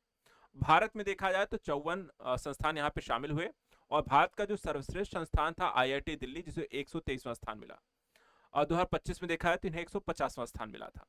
अन्य प्रमुख भारतीय संस्थान की बात करें तो IIT Bombay 129, IIT Madras 180, IIT Kharagpur 215 और आईआईएससी बेंगलुरु को 219 यहाँ पर स्थान मिला है। एक क्वेश्चन है, क्यूएस वर्ल्ड यूनिवर्सिटी रैंकिंग 2026 में भारत का सर्वोच्च स्थान किस संस्थान को मिला तो उसका आंसर है IIT Delhi. Times Higher Education Asia universities 2025, ये जारी करता टाइम्स हायर एजुकेशन ही है, अप्रैल 2025 में जारी करता है। कुल विश्वविद्यालय 835 में थे। भारत के विश्वविद्यालय 107 इसमें आए हैं। एशिया में दूसरा स्थान है, जापान पहले स्थान पर देखा है तो 119 है। इससे संबंधित कुछ फैक्ट है, जैसे कि शीर्ष स्थान मिला है वो है शिंगुआ विश्वविद्यालय चीन को, स्कोर रहा है 93। दूसरा स्थान पेकिंग विश्वविद्यालय चीन, जिसका स्कोर है 92.9। तीसरा स्थान नेशनल यूनिवर्सिटी ऑफ सिंगापुर, जिसका स्कोर है 91.3। एशिया में शीर्ष 3 में से 2 चीनी और 1 सिंगापुर के यहाँ पर विश्वविद्यालय हैं। भारत के कुल 107 विश्वविद्यालय सूची में शामिल हुए हैं, जिसमें से भारतीय विज्ञान संस्थान आईएससी बेंगलुरु को 38वां स्थान मिला है। स्कोर कितना है? 65.2। अन्ना विश्वविद्यालय चेन्नई का 111वां स्थान है, स्कोर मिला है 52.3। आईआईटी इंदौर के 131वां स्थान मिला है, स्कोर रहा है 49.4। और महात्मा गांधी विश्वविद्यालय केरल 140वां स्थान मिला है, स्कोर रहा है 48.6। शूलिनी यूनिवर्सिटी हिमाचल प्रदेश को 146वां और भारत का सर्वोच्च रैंक वाला एक निजी विश्वविद्यालय आपको देखने को मिला। तो इसको लेकर के क्वेश्चन भी एक आया है, जैसे कि Times Higher Education Asia university ranking 2025 में भारत का सर्वोच्च रैंक वाला विश्वविद्यालय कौन सा है तो आईआईएससी बेंगलुरु। इसके बाद स्मार्ट सिटी इंडेक्स 2025, जिसे अंतरराष्ट्रीय विज्ञान संस्थान अंतरराष्ट्रीय प्रबंधन विकास संस्थान आईएमडी के द्वारा जारी किया जाता है। मुख्य स्थिति अगर हम देखें तो ये जो इंडेक्स है 5 प्रमुख मानकों पर आधारित है। 5 प्रमुख मानक कौन कौन से हैं, जैसे कि स्वास्थ्य, सुरक्षा, गतिशीलता, गतिविधियां, अवसर और शासन, ये 5 चीजें हैं। दुनिया का सबसे स्मार्ट शहर किसे घोषित किया गया है? तो ज्यूरिक। ज्यूरिक कहां पड़ता है? तो स्विट्जरलैंड में। इसके अलावा ओस्लो जो कि नॉर्वे में है, दूसरे स्थान पे है। जिनेवा जो कि स्विट्जरलैंड में अगेन है, तीसरा स्थान यहां पर है। इसके बाद दुबई यूएई को चौथा, अबू धाबी यूएई का ही पांचवा है। इसके बाद सिंगापुर को भी 5वें स्थान से गिर करके 9वें स्थान पे चला गया। भारत का जो सर्वश्रेष्ठ प्रदर्शन करने वाला क्षेत्र है वो दिल्ली है, जो 104वें स्थान पे है। मुंबई के 106, हैदराबाद 109 और बेंगलुरु 110वें स्थान पर है। भारतीय शहरों में अगर स्थिति देखा जाए तो बुनियादी ढांचे, शासन, टिकाऊ गतिशीलता की प्रणालियों में वैश्विक मानकों से हम पीछे हैं, और इसमें अगर आप सुधार करेंगे तभी आप यहाँ पर बेहतर हो सकेंगे। 2025 के जो नए प्रवेशक शहर थे, अलुला सऊदी अरब, अस्ताना कजाकिस्तान, कराकस वेनेजुएला और सैन जुआन प्यूर्टो रिको यहाँ पर आपको शामिल है। स्विस शहरों की बात करें तो ज्यूरिख, जिनेवा, लुसाने लगातार नागरिक केंद्रिक, नवाचार और शासन उत्कृष्ट यहाँ पर प्रदर्शन करने में शीर्ष स्थानों पर रहने वाले शहर रहे। इसी पर एक क्वेश्चन है कि बताएं स्मार्ट सिटी इंडेक्स 2025 में दुनिया का सबसे स्मार्ट शहर कौन सा है? तो यह है आपका ज्यूरिख। इसके बाद आता है ग्लोबल एआई सिटी इंडेक्स 2025। इसको लेकर के यहां पर देखते हैं क्या क्या इंपॉर्टेंट है। सबसे पहले इस इंडेक्स को किसने जारी किया? The counter point research. मूल्यांकन के मानदंड आर&डी, स्टार्टअप, निवेश, एआई अनुप्रयोग, डिजिटल बुनियादी ढांचा। सिंगापुर जो है वैश्विक स्तर पे इसमें प्रथम स्थान पे है। 5 देशों की बात करें तो सिंगापुर के साथ साथ यहां पे देखा सियोल, बीजिंग, दुबई और सैन फ्रांसिस्को भी इसमें आपको टॉप 5 में आते हैं। बेंगलुरु को 26वां स्थान, जो भारत का शीर्ष यहां पर एआई अनुसंधान और डेटा हब है। भारत के अन्य प्रमुख शहरों में मुंबई, दिल्ली, चेन्नई और कोलकाता को भी स्थान मिला है। वहीं मुंबई और दिल्ली की बात करें तो सार्वजनिक सुरक्षा और यातायात प्रबंधन में एआई के उपयोग को लगातार यहां पर बढ़ावा दे रहे हैं। रिपोर्टों में भारत के लिए मजबूत एआई रोडमैप, नियामक ढांचा विकसित करने की आवश्यकता पर बल दिया गया है। इसके अलावा बेंगलुरु, रियाद और हांजो सबसे उभरते हुए एआई वाले शहर के तौर पर इन्हें देखा गया है। और स्वास्थ्य सेवा, शिक्षा, सुरक्षा, डेटा सेंटर में सबसे अधिक यहां पर प्रभाव इसका देखने को मिला है। इसी पर एक क्वेश्चन है कि ये बताएं कि ग्लोबल एआई सिटी इंडेक्स 2025 में भारत का शीर्ष एआई शहर कौन सा है? तो आंसर है बेंगलुरु। जलवायु परिवर्तन प्रदर्शन सूचकांक CCPI 2025 20 नवंबर 2024 को जारी किया गया। आयोजक जर्मन वॉच, न्यू क्लाइमेट है, institute of climate and action network. पहली बार कब जारी किया गया था? 2005 में। मूल्यांकन कितने लोगों का शामिल है? तो 64 देशों का प्लस यूरोपीय संघ का। उद्देश्य क्या है? ग्रीन हाउस गैस उत्सर्जन को घटाना, अक्षय ऊर्जा, ऊर्जा उपयोग, जलवायु नीति पर देश के प्रदर्शन का आकलन। उस आधार पर अगर हम डेटा देखें तो यहां पर मूल्यांकन की कुछ श्रेणियां हैं, जैसे कि ग्रीन हाउस गैस उत्सर्जन को 40%, अक्षय ऊर्जा को 20%, ऊर्जा उपभोग को 20% और जलवायु नीति को 20% दिया गया है। इस आधार पर विभाजन किया गया और इस शीर्ष देशों में देखें तो Denmark, Netherlands, United Kingdom, Philippines को क्रम सा चौथा, पांचवा, छठा और 7वां स्थान यहां पर दिया गया है। भारत का 10वां स्थान है, जो 2024 में अगर हम देखें तो हम 7वें स्थान पर थे, लेकिन इसमें भी हम गिरावट हो चुकी है 3 स्थान की। एशिया में लेकिन भारत शीर्ष प्रदर्शन करता रहा है। प्रमुख अन्य देशों के देखें तो फ्रांस का 25वां, चीन का 55वां, अमेरिका का 57, जापान का 58 और रूस का अंतिम 64वां स्थान है। शीर्ष 3 स्थान इसलिए खाली रखे गए हैं क्योंकि कोई भी देश पेरिस समझौते के लक्ष्यों के अनुरूप नहीं है। और भारत का स्थान गिरा इसलिए है क्योंकि G20 देशों में शीर्ष प्रदर्शनकर्ताओं में फिर भी यहां पर आपको शामिल है। इसके अलावा वैश्विक सैन्य व्यय प्रवृत्ति 2025 के आधार पर एक और रिपोर्ट यहां पे जारी की गई है। जारी किसके द्वारा किया गया है? तो सिप्री के द्वारा जारी किया गया है। केंद्र क्या रहा है? तो वैश्विक सैन्य व्यय में बदलाव और भू राजनीतिक यहां पर कारण। रिकॉर्ड में वृद्धि बताई गई है, जैसे कि 2024 में जो वैश्विक सैन्य व्यय था 2718 बिलियन, जो कि 9.4% की वृद्धि लगातार 10वें वर्ष देखी गई है और अब तक का सबसे अधिक यहां पर आपको सैन्य में व्यय किया गया है। जीडीपी और सरकारी व्यय के हिसाब से अगर हम आकलन करें तो वैश्विक जीडीपी का करीब 2.5% हिस्सा जो है इसमें व्यय हो रहा है। औसतन सरकारों के कुल खर्च का 7.1% सैन्य खर्च है। प्रति व्यक्ति सैन्य व्यय जो है $334 का है। 1990 के बाद यह सर्वाधिक है। और शीर्ष 5 सैन्य खर्च करने वाले देशों की बात करें तो अमेरिका, चीन, रूस, जर्मनी और भारत जो टॉप 5 देश हैं। रूस यूक्रेन के प्रभाव भी इसमें आपको देखने को मिला, जहां रूस ने 149 बिलियन, वहीं यूक्रेन ने 64.7 बिलियन जो है खर्च किया है सैन्य खर्चों में। अन्य वैश्विक रुझान, नाटो ने 55% यहाँ पे सैन्य व्यय किया है। मुख्य कारण रूस यूक्रेन युद्ध, गाजा, मध्य पूर्व संघर्ष, एशिया में प्रतिस्पर्धा जैसी घटनाएं। इसके अलावा सिप्री वार्षिक रिपोर्ट 2025 जो कि आपको Stockholm international peace research institute इनका फुल फॉर्म यहाँ पर है। वैश्विक सुरक्षा, सशक्तिकरण, नियंत्रीकरण, स्थिरता और वार्षिक विश्लेषण पर आधारित होती हैं। इसमें देखा जाए तो वैश्विक परमाणु हथियारों को लेकर के ये रिपोर्ट यहाँ पे जारी की गई है और बताया गया है कि जनवरी 2025 तक करीब 12,121 ऐसे कुल हथियार हैं। सैन्य भंडार में जो तैयार है वो आपको 9,585 हैं। तैनात जो हथियार है वो 3,904 है। अमेरिका जो है 5,177 और रशिया 5,459 के पाल कुल 90% आपको परमाणु हथियार हैं। चीन का भी विस्तार हुआ है जिनके पास 600 परमाणु हथियार हो चुके हैं। हर वर्ष 100 की यहाँ पर वृद्धि हो रही है और यह दुनिया में सबसे तेजी से यहाँ पर बढ़ता हुआ शस्त्रागार है। भारत और पाकिस्तान के दृष्टिकोण से भारत के पास 180 परमाणु हथियार हैं 2025 में, जो कि 2024 में देखा है 172 थे। पाकिस्तान के पास 170 परमाणु हथियार हैं। दोनों नई मिसाइल डिलीवरी प्रणालियों को भी लगातार विकसित कर रहे हैं। वैश्विक रुझान की भी बात करते हैं तो सैन्य खर्च 2024 में $207 ट्रिलियन, जो लगातार देखा जाए तो 10वें साल वृद्धि हुई है। विश्व जीडीपी का 2.5% प्रमुख हथियारकर्ता अमेरिका, फ्रांस, रूस, चीन, जर्मनी रहे हैं। शीर्ष आयातकों की बात करें तो यूक्रेन, भारत, कतर, सऊदी अरब और पाकिस्तान रहे हैं।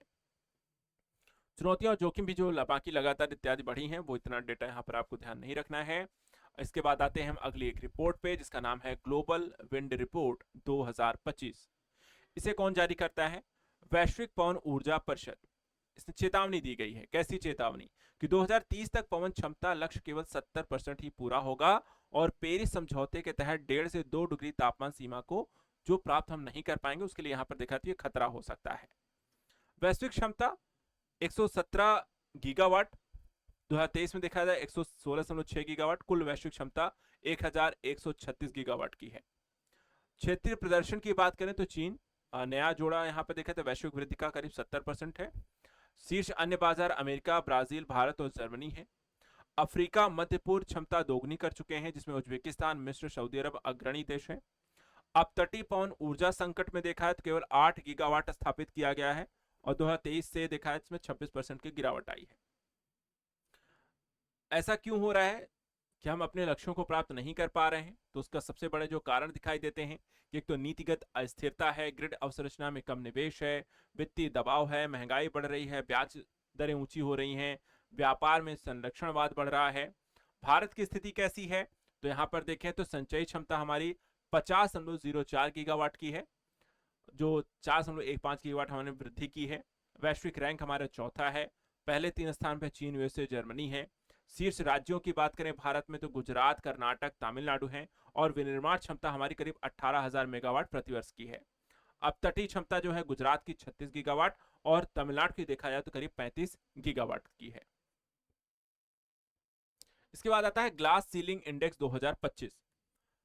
इसे अंतर्राष्ट्रीय महिला दिवस 8 मार्च पर इकोनॉमिस्ट द्वारा प्रकाशित द इकोनॉमिस्ट के द्वारा इसे प्रकाशित किया गया था। 29 देशों महिलाओं के कार्य स्थल स्थिति और लैंगिक समानता का इसमें आकलन किया गया। ओईसीडी की जो भूमिका है कि 38 लोकतांत्रिक व मुक्त बाजार समर्थक देशों का एक संगठन है। 14 दिसंबर 1960 को इसको स्थापित किया गया। पेरिस में इनका अपना मुख्यालय है। भारत इसका सदस्य नहीं है पर आर्थिक मामलों में सहयोग करता है।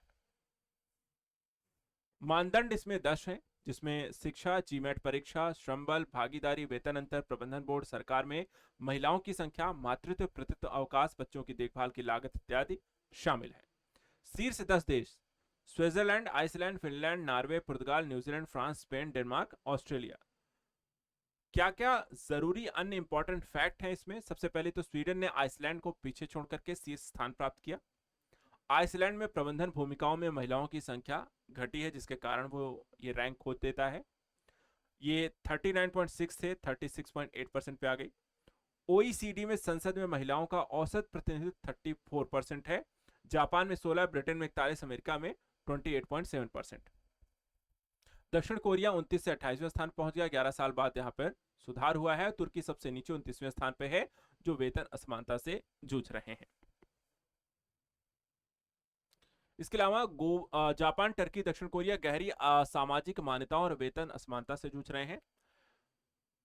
अगली रैंक यहाँ पर रैंकिंग है वो है ग्लोबल, आपको देखा है तो टेररिज्म को लेकर के जो लगातार वैश्विक स्तर पर आतंकवादी घटनाएं बढ़ रही हैं।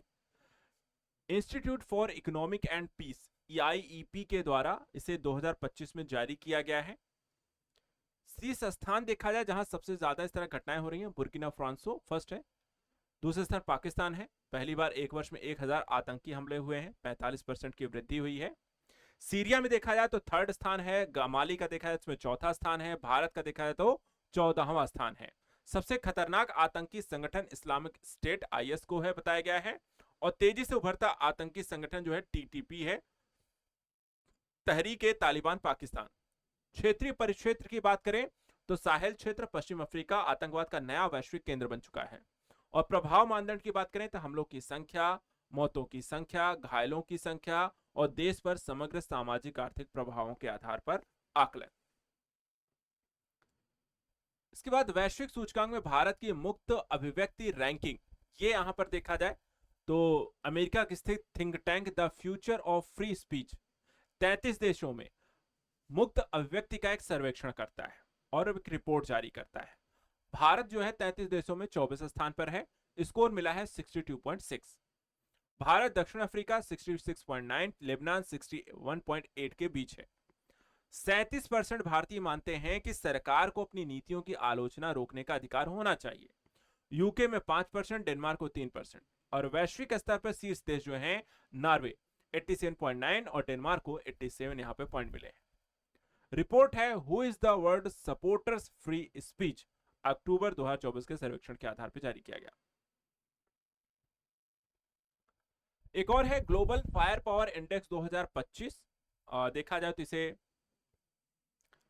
वैश्विक स्तर पर सैन्य पारंपरिक शक्ति के आधार पर देशों की तुलना की जाती है कि किस देश की सैन्य पावर कितनी ज्यादा है। इसमें 60 से अधिक कारक शामिल हैं, जिसमें मानव संसाधन, प्राकृतिक संसाधन, भौगोलिक स्थिति, वित्तीय स्थिरता इत्यादि है। मुख्य बिंदु भारत की स्थिति देखें तो 2025 में भारत चौथे स्थान पर रहा, स्कोर है 0.1184। शीर्ष 3 में है अमेरिका 0.0744, रूस को 0.0788 और चीन को 0.0788 यहां पर अंक मिला है। भारत की ताकत क्या है कि विशाल मानव संसाधन, पर्याप्त प्राकृतिक संसाधन और रणनीतिक भौगोलिक एक स्थिति उसके पास है। भारत की कमजोरियां क्या हैं? हेलीकॉप्टर वाहक शक्ति, समुद्री खदान, युद्ध क्षमता में कमी। पड़ोसी देशों की स्थिति की बात करें तो पाकिस्तान 9वें से गिर करके 12वें स्थान पर आ चुका है, जो उसकी सैन्य क्षमता में गिरावट देखने को एक मिलती है। अगला है ग्लोबल रेपुटेशन रैंकिंग 2025। इसे टाइम्स हायर एजुकेशन ने वर्ल्ड रेपुटेशन रैंकिंग यहां पर आपको जारी की है विश्वविद्यालयों की शैक्षिक उत्कृष्टता के आधार पर। शीर्ष स्थान किसे मिला है इसमें? तो हार्वर्ड विश्वविद्यालय को, लगातार 14वें वर्ष प्रथम स्थान पर है, हाईलाइट करिएगा। द्वितीय स्थान ऑक्सफोर्ड यूनिवर्सिटी और MIT अमेरिका को मिला है। भारत के कौन कौन से संस्थान इसमें शामिल हैं? ISC Bengaluru, IIT Delhi, IIT Madras, शिक्षक ओ अनुसंधान SOO भुवनेश्वर और IIT बॉम्बे इस बार सूची से पूरी तरह बाहर हो गया है। भारतीय संस्थानों की गिरावट, सभी शीर्ष स्थान 201 से लेकर के 300 बैंड में चले गए हैं। इसके बाद अगली है IMD विश्व प्रतिभा रैंकिंग 2025, जिसे यहां पर आप देख सकते हैं वर्ल्ड टैलेंट रैंकिंग 2025 में आपको IMD के द्वारा जारी किया जाता है। प्रतिभा को विकसित करने, आकर्षित करने, बनाए रखने इत्यादि के आधार पर इस रैंकिंग में मूल्यांकन किया जाता है। सबसे पहले देखें तो इसमें स्विट्जरलैंड है, पहले स्थान पर है, लगातार 10वीं बार शीर्ष स्थान पर स्विट्जरलैंड है। भारत की स्थिति 2024 में 98वें स्थान से गिर करके अब हम 63वें स्थान पर आ गए हैं। लग्जमबर्ग जो है दूसरा स्थान हासिल करता है, सिंगापुर 7वें स्थान पर है और एशिया में प्रमुख केंद्र है। रैंकिंग का आधार जो है शिक्षा, कौशल विकास, विदेशी प्रतिभा का आकर्षण, उसे बनाए रखना। इसके बाद आता है QS best student cities ranking 2026 जारी की गई। ये आपको देखा जाए तो स्टूडेंट के लिहाज से दुनिया भर में कौन सी सबसे अच्छी सिटीज हैं उस आधार पर एक रैंक बनाई गई है, जिसमें किफायती शहर होना बहुत जरूरी है। तो दिल्ली का प्रदर्शन जो है वैश्विक स्तर पे अफोर्डेबिलिटी इंडेक्स में 96.5 अंक के साथ पहले स्थान पर है। QS रिपोर्ट के अनुसार दिल्ली दुनिया का सबसे किफायती भारतीय शहरों की स्थिति आपको देखा जाए है, दिल्ली, मुंबई, बेंगलुरु, चेन्नई ने सभी ने अपनी पिछली रैंकिंग में सुधार किया है। मुंबई ने शीर्ष 100 में जगह बनाई है, जिनको 98वां स्थान मिला है। बेंगलुरु को 108वां से बढ़कर के 128वें पे आ गए हैं। किफायती शिक्षा और रोजगार के दृष्टिकोण से अगर हम देखें तो भारत की शिक्षा जीवन यापन की लागत पश्चिमी देशों की तुलना में काफी कम है। दिल्ली और मुंबई ने रोजगार की दृष्टि से वैश्विक शीर्ष में 50 में जगह बनाई है। शैक्षणिक संस्थानों की इसमें भूमिका अगर हम देखें तो दिल्ली में आईआईटी दिल्ली है, डीयू है। मुंबई में आईआईटी बॉम्बे है, मुंबई विश्वविद्यालय है। बेंगलुरु में आईआईएससी है, आईआईएम है। चेन्नई में आईआईटी मद्रास है, अन्ना यूनिवर्सिटीज हैं। तो इनमें यहां पर देखा है तो रैंकिंग में सुधार हुआ है। अन्य देखा जाए तो एक वैश्विक नवाचार सूचकांक है, 2025 में इसे भी जारी किया गया है। इसका 18वां संस्करण है और विश्व बौद्धिक संपदा संगठन यानी कि WIPO के द्वारा जारी किया गया है। इंपॉर्टेंट है, एग्जाम में पूछा भी गया है। 140 अर्थव्यवस्थाओं के नवाचार पारिस्थितिकी तंत्र का मूल्यांकन करता है। R&D में देखा है तो मंदी की बात की गई है कि 2024 में वृद्धि जो है मात्र 2.9%, 2025 में यह घट करके 2.3 पर आ गई है। शीर्ष राष्ट्र की बात करें तो स्विट्जरलैंड है, लगातार 15वें वर्ष वो पहले स्थान पर है।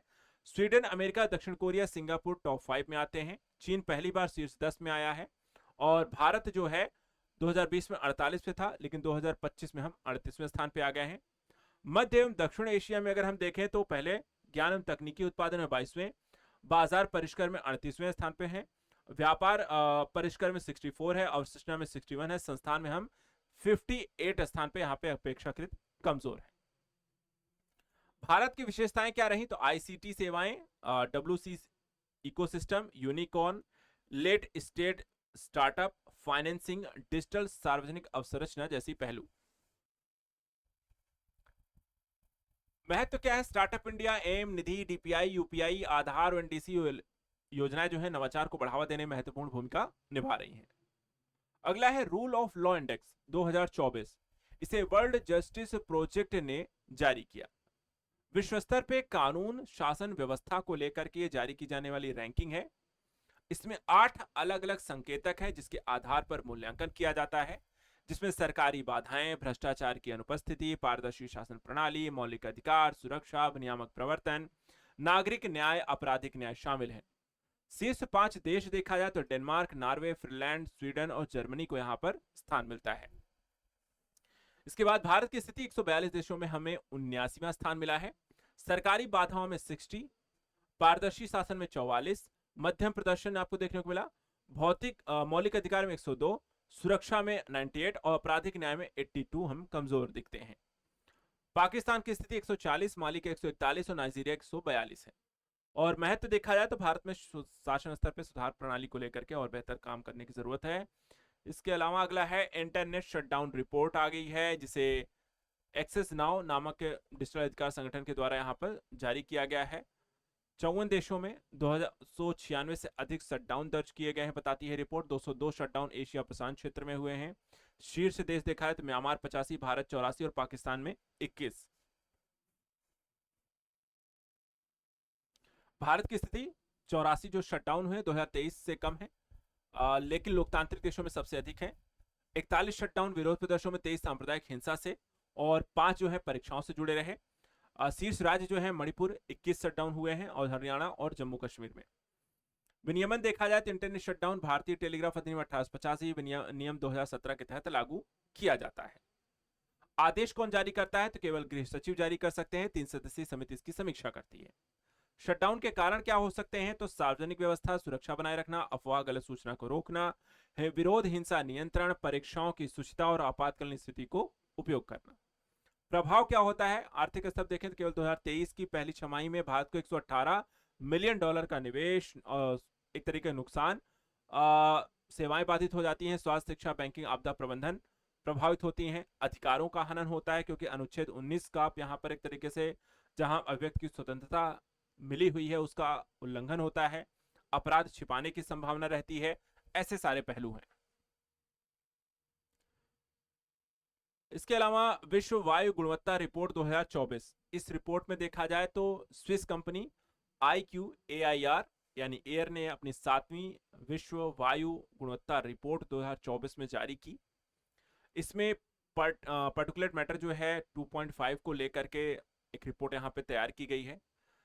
वैश्विक स्तर पे अगर हम देखें तो दुनिया के 20 सबसे प्रदूषित शहरों में 13 भारत के हैं, 13, ठीक है। शेष शहर पाकिस्तान के 4, चीन, कजाकिस्तान और चाड के एक है। एशिया से बाहर केवल चाड की राजधानी एन जामेना शामिल है। सबसे स्वच्छ महानगरीय क्षेत्र जो है वो है मायाग्यूज, पुएर्टो रिको का है, जहां पर्टिकुलर मैटर 2.5 जो है 1.1 माइक्रो मिलीग्राम घन यहां पर मीटर में है। केवल 7 देश डब्ल्यूएचओ मानक के अनुरूप यहां पर हैं, जहां पे Australia, Bahamas, Barbados, Estonia, Grenada, Iceland, New Zealand आते हैं। वैश्विक 5 सबसे प्रदूषित देश Chad, Bangladesh, Pakistan, Democratic Republic of Congo और भारत हैं। भारत की स्थिति 2023 के 3rd से 5वें स्थान पे आ गए हैं। प्रदूषण से औसत जीवन प्रत्याशा में 5.2 वर्ष की यहां पर कमी हो रही है। बर्नीहाट मेघालय दुनिया का सबसे प्रदूषित शहर है, जहां के पर्टिकुलर मैटर देख सकते हैं आप 128.2 तक हो चुका है और डब्ल्यूएचओ मानक से 25 गुना अधिक है। नई दिल्ली लगातार 6ठे वर्ष दुनिया का सबसे प्रदूषित राजधानी है, जहां पर्टिकुलर मैटर आप 91.8 तक देख सकते हैं। एनसीआर के 6 सैटेलाइट शहर फरीदाबाद, लोनी, दिल्ली, गुरुग्राम, नोएडा, ग्रेटर नोएडा भी यहां पर इस सूची में आपको शामिल मिलेंगे। इसके अलावा क्षेत्रीय अवलोकन में उत्तरी अमेरिका सबसे प्रदूषित जो शहर है कैलिफोर्निया है। ओशनिया में देखा जाए तो सबसे स्वच्छ क्षेत्र 57% शहर डब्ल्यूएचओ मानक को पूरा करते हैं। लैटिन अमेरिका में देखें तो 2024 में अमेजन की आग ने प्रदूषण स्तर को बढ़ाया है। स्वास्थ्य प्रभाव देखा जाए तो जीवाश्म ईंधन का दहन, धूल के तूफान, जंगल की आग, इन सब के कारण आपको देखा जाए तो फेफड़े, रक्त प्रवाह, जलन होने लगती है, सूजन आती है, अस्थमा की समस्या आपको होने लगती हैं अगर ये चीजें आपके सांस के माध्यम से अंदर प्रवेश करती हैं। और जब ये अंदर जाएंगे तो इससे आपको कैंसर, स्ट्रोक, दिल का दौरा जैसे यहाँ पे खतरनाक समस्याएं होंगी। अगला है संयुक्त राष्ट्र विश्व जल विकास रिपोर्ट 2025। यूनेस्को ने प्रथम ग्लेशियर दिवस 21 मार्च के संदर्भ में रिपोर्ट जारी की है, जिसको एक शीर्षक दिया गया है पर्वत एवं ग्लेशियर जल मीनार। जारीकर्ता यूएन वाटर की ओर से यूनेस्को विश्व जल मूल्यांकन कार्यक्रम। दुनिया के जल संसाधनों की स्थिति के बारे में इस रिपोर्ट में बताया गया। कहा गया कि मीठे जल का सर्वाधिक जो उपयोग है वो कृषि में करीब 72% है, ठीक है। फिर यहां पर अगर हम उद्योगों की आपको बात करते हैं तो घरेलू जो उपभोग है आपको कृषि में 72% है, उद्योग में 15 है, उसके बाद आपको घरेलू उपयोग आपको आता है। 2000 से लेकर के 2021 में अगर हम देखें तो वैश्विक मीठे जल का उपयोग जो है वो 14% है, जिसमें 0.7% यहां आपको प्रतिवर्ष आपको एक स्थिति देखने को मिलती है। 25 देश जो हर वर्ष अगर हम देखें तो गंभीर जल संकट को झेलते हैं और जिसमें दुनिया की करीब 1/4 जो आबादी है रहती है। इसका बड़ा कारण क्या है? जलवायु परिवर्तन होना, प्रदूषण और प्राकृतिक आपदाएं जो है गंभीर संकट को यहां पर उत्पन्न करती हैं। सतत विकास लक्ष्य SDG 6 भी बारे में बताया गया कि लक्ष्य प्राप्ति बेहद पीछे है। 2022 में 2.2 बिलियन लोग, करीब 27% जो आबादी है उसके पास सुरक्षित पेयजल नहीं है और 80% जो है ऐसे ग्रामीण क्षेत्रों में लोग रहते हैं। पर्वतीय क्षेत्रों में जल मीनारे जो हैं यानी कि पर्वत वैश्विक जल स्रोत हैं, औषधीय वनस्पति, विशेष कृषि और जैविक विविधता का भंडार है। सीढ़ीदार कृषि से जल संरक्षण को किया जा सकता है, कटाव की रोकथाम भी हो सकती है, ढलानों को स्थिर बनाया जा सकता है और सांस्कृतिक विरासत का हम संरक्षण भी कर सकते हैं। ग्लेशियर एवं बर्फ जो है तेजी से अगर आपको देखा जाए तो जिस तरीके से आपको ग्लोबल वार्मिंग होगी, ग्लेशियर पिघलेंगे और धीरे धीरे आपको पानी का संकट की समस्याएं आपको होंगी और इन तरीके की समस्याएं भी होंगी, तो वो सारी जानकारी भी इसमें आपको दी गई है। तो बहुत कुछ यहाँ पर आपको इंपॉर्टेंट जो फैक्ट हैं प्रीलिम्स के दृष्टिकोण से हम थोड़ा सा पहले देख लेते हैं। इसके अलावा रिपोर्ट के जो मुख्य निष्कर्ष हैं वो यहाँ पर ध्यान दीजिए, जो फैक्चुअल डेटा है, जैसे कि हिंदू कुश हिमालय में तेजी से विगलन हो रहा है। 2011 से 2020 के बीच हिमनदों के निवर्तन की गति 65% तक बढ़ी है। यदि तापमान जो है 1.5 डिग्री से 2 डिग्री सेल्सियस तक बढ़ जाए तो ऐसी स्थिति में वर्ष 2100 तक 30 से 50% यहाँ पर आयतन का ह्रास हो जाएगा और यदि तापमान 2 डिग्री सेंटीग्रेड बढ़ जाता है तो 45% तक हम यहाँ पर अपना जो ग्लेशियर है उनको खो देंगे। वैश्विक प्रभाव आपको देखा जाए तो पर्वतीय हिमनद जो है 26 से 41% द्रव्यमान आपको कम हो सकता है। 1.1 बिलियन लोग इससे प्रभावित होंगे और उच्च पर्वतीय क्षेत्र में जल पर निर्भर लोग हैं। ग्लेशियर लेक आउटबस्ट फ्लड का खतरा भी यहां पर आपको बढ़ेगा। आकस्मिक बाढ़ और भूस्खलन की घटनाएं बढ़ेंगी। पिछले 200 वर्षों में देखा है इसके कारण 1200 मौतें हो चुकी हैं, 12,000 मौतें हो चुकी हैं और 2100 तक ये 3 गुना और भी बढ़ सकता है। हिंदुकुश हिमालय जो है एशिया का जल टावर इसे कहते हैं, भारत समेत 8 देशों में फैला है। 4 वैश्विक जैव विविधता हॉटस्पॉट इसमें है। कौन कौन से? हिमालय, इंडो बर्मा, दक्षिण पश्चिम चीन और मध्य एशिया है। अंतर्राष्ट्रीय जो पहल की गई है, वर्ष 2025 में अंतर्राष्ट्रीय ग्लेशियर संरक्षण वर्ष घोषित किया गया। क्रायोस्फेरिक विज्ञान कार्यवाही दशक जो है 2025 से 2034 तक, और उद्देश्य इसका है कि ग्लेशियर संरक्षण को बढ़ावा दिया जाए। इसके अलावा 2025 के टॉप 10 स्टार्टअप शहरों में बेंगलुरु शामिल हो चुका है और ये startup link global startup ecosystem index 2025 में बेंगलुरु पहली बार आपको टॉप 10 में आया है। उससे रिलेटेड जो फैक्ट हैं देख लेते हैं। सबसे पहले सैन फ्रांसिस्को अमेरिका प्रथम स्थान पे है, न्यूयॉर्क लंदन दूसरे तीसरे पर हैं, बेंगलुरु 13.8% की विकास दर के साथ 10वें स्थान पर है। भारत की इसे सिलिकॉन वैली भी कहते हैं। अन्य जो शहर है, नई दिल्ली 11वें पे है, मुंबई 18वें, पुणे हैदराबाद 70, पुणे 79 और चेन्नई 88 पर है। एशिया प्रशांत क्षेत्र की बात करें तो भारत और चीन तेजी से उभर रहे हैं। बीजिंग 5वें और शंघाई 7वें स्थान पर है। उसके टॉप 10 में 2 शहर आते हैं। स्टार्टअप को लेकर के डिजिटल इंफ्रास्ट्रक्चर, उद्यम पूंजी आकर्षण, एआई, हेल्थ टेक जैसे नवाचार पर ज्यादा फोकस होने के कारण ये स्थान आपको मिलता है। इसके अलावा वैश्विक नेटवर्क तत्परता सूचकांक 2025 भी देख लेते हैं।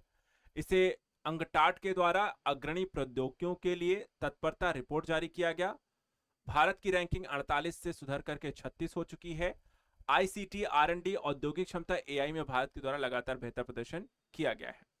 170 देशों को यहां पर इसमें शामिल किया गया। भारत की रैंक 36 थी। तत्परता में 99, कौशल में 113वां स्थान रहा। अनुसंधान विकास में बात करें तो वैश्विक स्तर पर तीसरे स्थान पर रहे। एआई औद्योगिक क्षमता में देखें तो 13 मिलियन डेवलपर्स के साथ गिर हब पर विश्व में दूसरे स्थान पर हैं और औद्योगिक क्षमता में 10वें स्थान पर है। निजी एआई निवेश देखा जाए तो 1.4 बिलियन अमेरिकी डॉलर निवेश के साथ भारत विश्व में 10वें स्थान पर है। अगली यहां पर जो सूचकांक है वो है ग्लोबल यूनिकॉर्न इंडेक्स 2025। ये हुरुन रिसर्च इंस्टीट्यूट के द्वारा 26 जून 2025 को ग्लोबल यूनिकॉर्न इंडेक्स जारी किया गया। विश्व भर के स्टार्टअप्स को लेकर के जारी किया जाता है जिनकी वैल्यू कम से कम $1 बिलियन की हो, ठीक है, और शेयर बाजार में लेकिन सूचीबद्ध नहीं हो। तो कुल यूनिकॉर्न वितरण देखा जाए तो पहला बताया गया इसमें जो डेटा है कि 2025 में इंडेक्स में 1523 यूनिकॉर्न है। अमेरिका के 758, चीन के 343, भारत के 64 और यूके के 61 हैं। अमेरिका और चीन के बाद भारत तीसरे स्थान पर है। स्पेस एक्स पहली बार विश्व का सबसे मूल्यवान यूनिकॉर्न बना है, $350 अरब का। टॉप 10 में ओपन एआई 300, बाइटडांस 200 और एक्स एआई 115 भी हैं। शीर्ष शहर जो है सैन फ्रांसिस्को, जहां पे 199 यूनिकॉर्न जो है विश्व की यूनिकॉर्न राजधानी में शामिल है, और न्यूयॉर्क देखा जाए तो 142 यूनिकॉर्न यहां पर हैं। भारत की स्थिति 64 यूनिकॉर्न की है, विश्व में तीसरे स्थान पर है। प्रमुख सेक्टर की बात करें तो फिनटेक 200 से कम, यूनिकॉर्न मूल्य 800 बिलियन यूएसडी डॉलर में से ज्यादा है। सैस इंटरप्राइजेस सॉफ्टवेयर में देखें तो 150 यूनिकॉर्न से ज्यादा है। हेल्थ टेक में 100 से ज्यादा यूनिकॉर्न है जिनकी मूल्य जो है 220 बिलियन यूएसडी है, और नवीनीकरण ऊर्जा में 50 यूनिकॉर्न है जिनका एक कुल 130 बिलियन यूएसडी यूनिकॉर्न आपको देखने को मिल रहा है।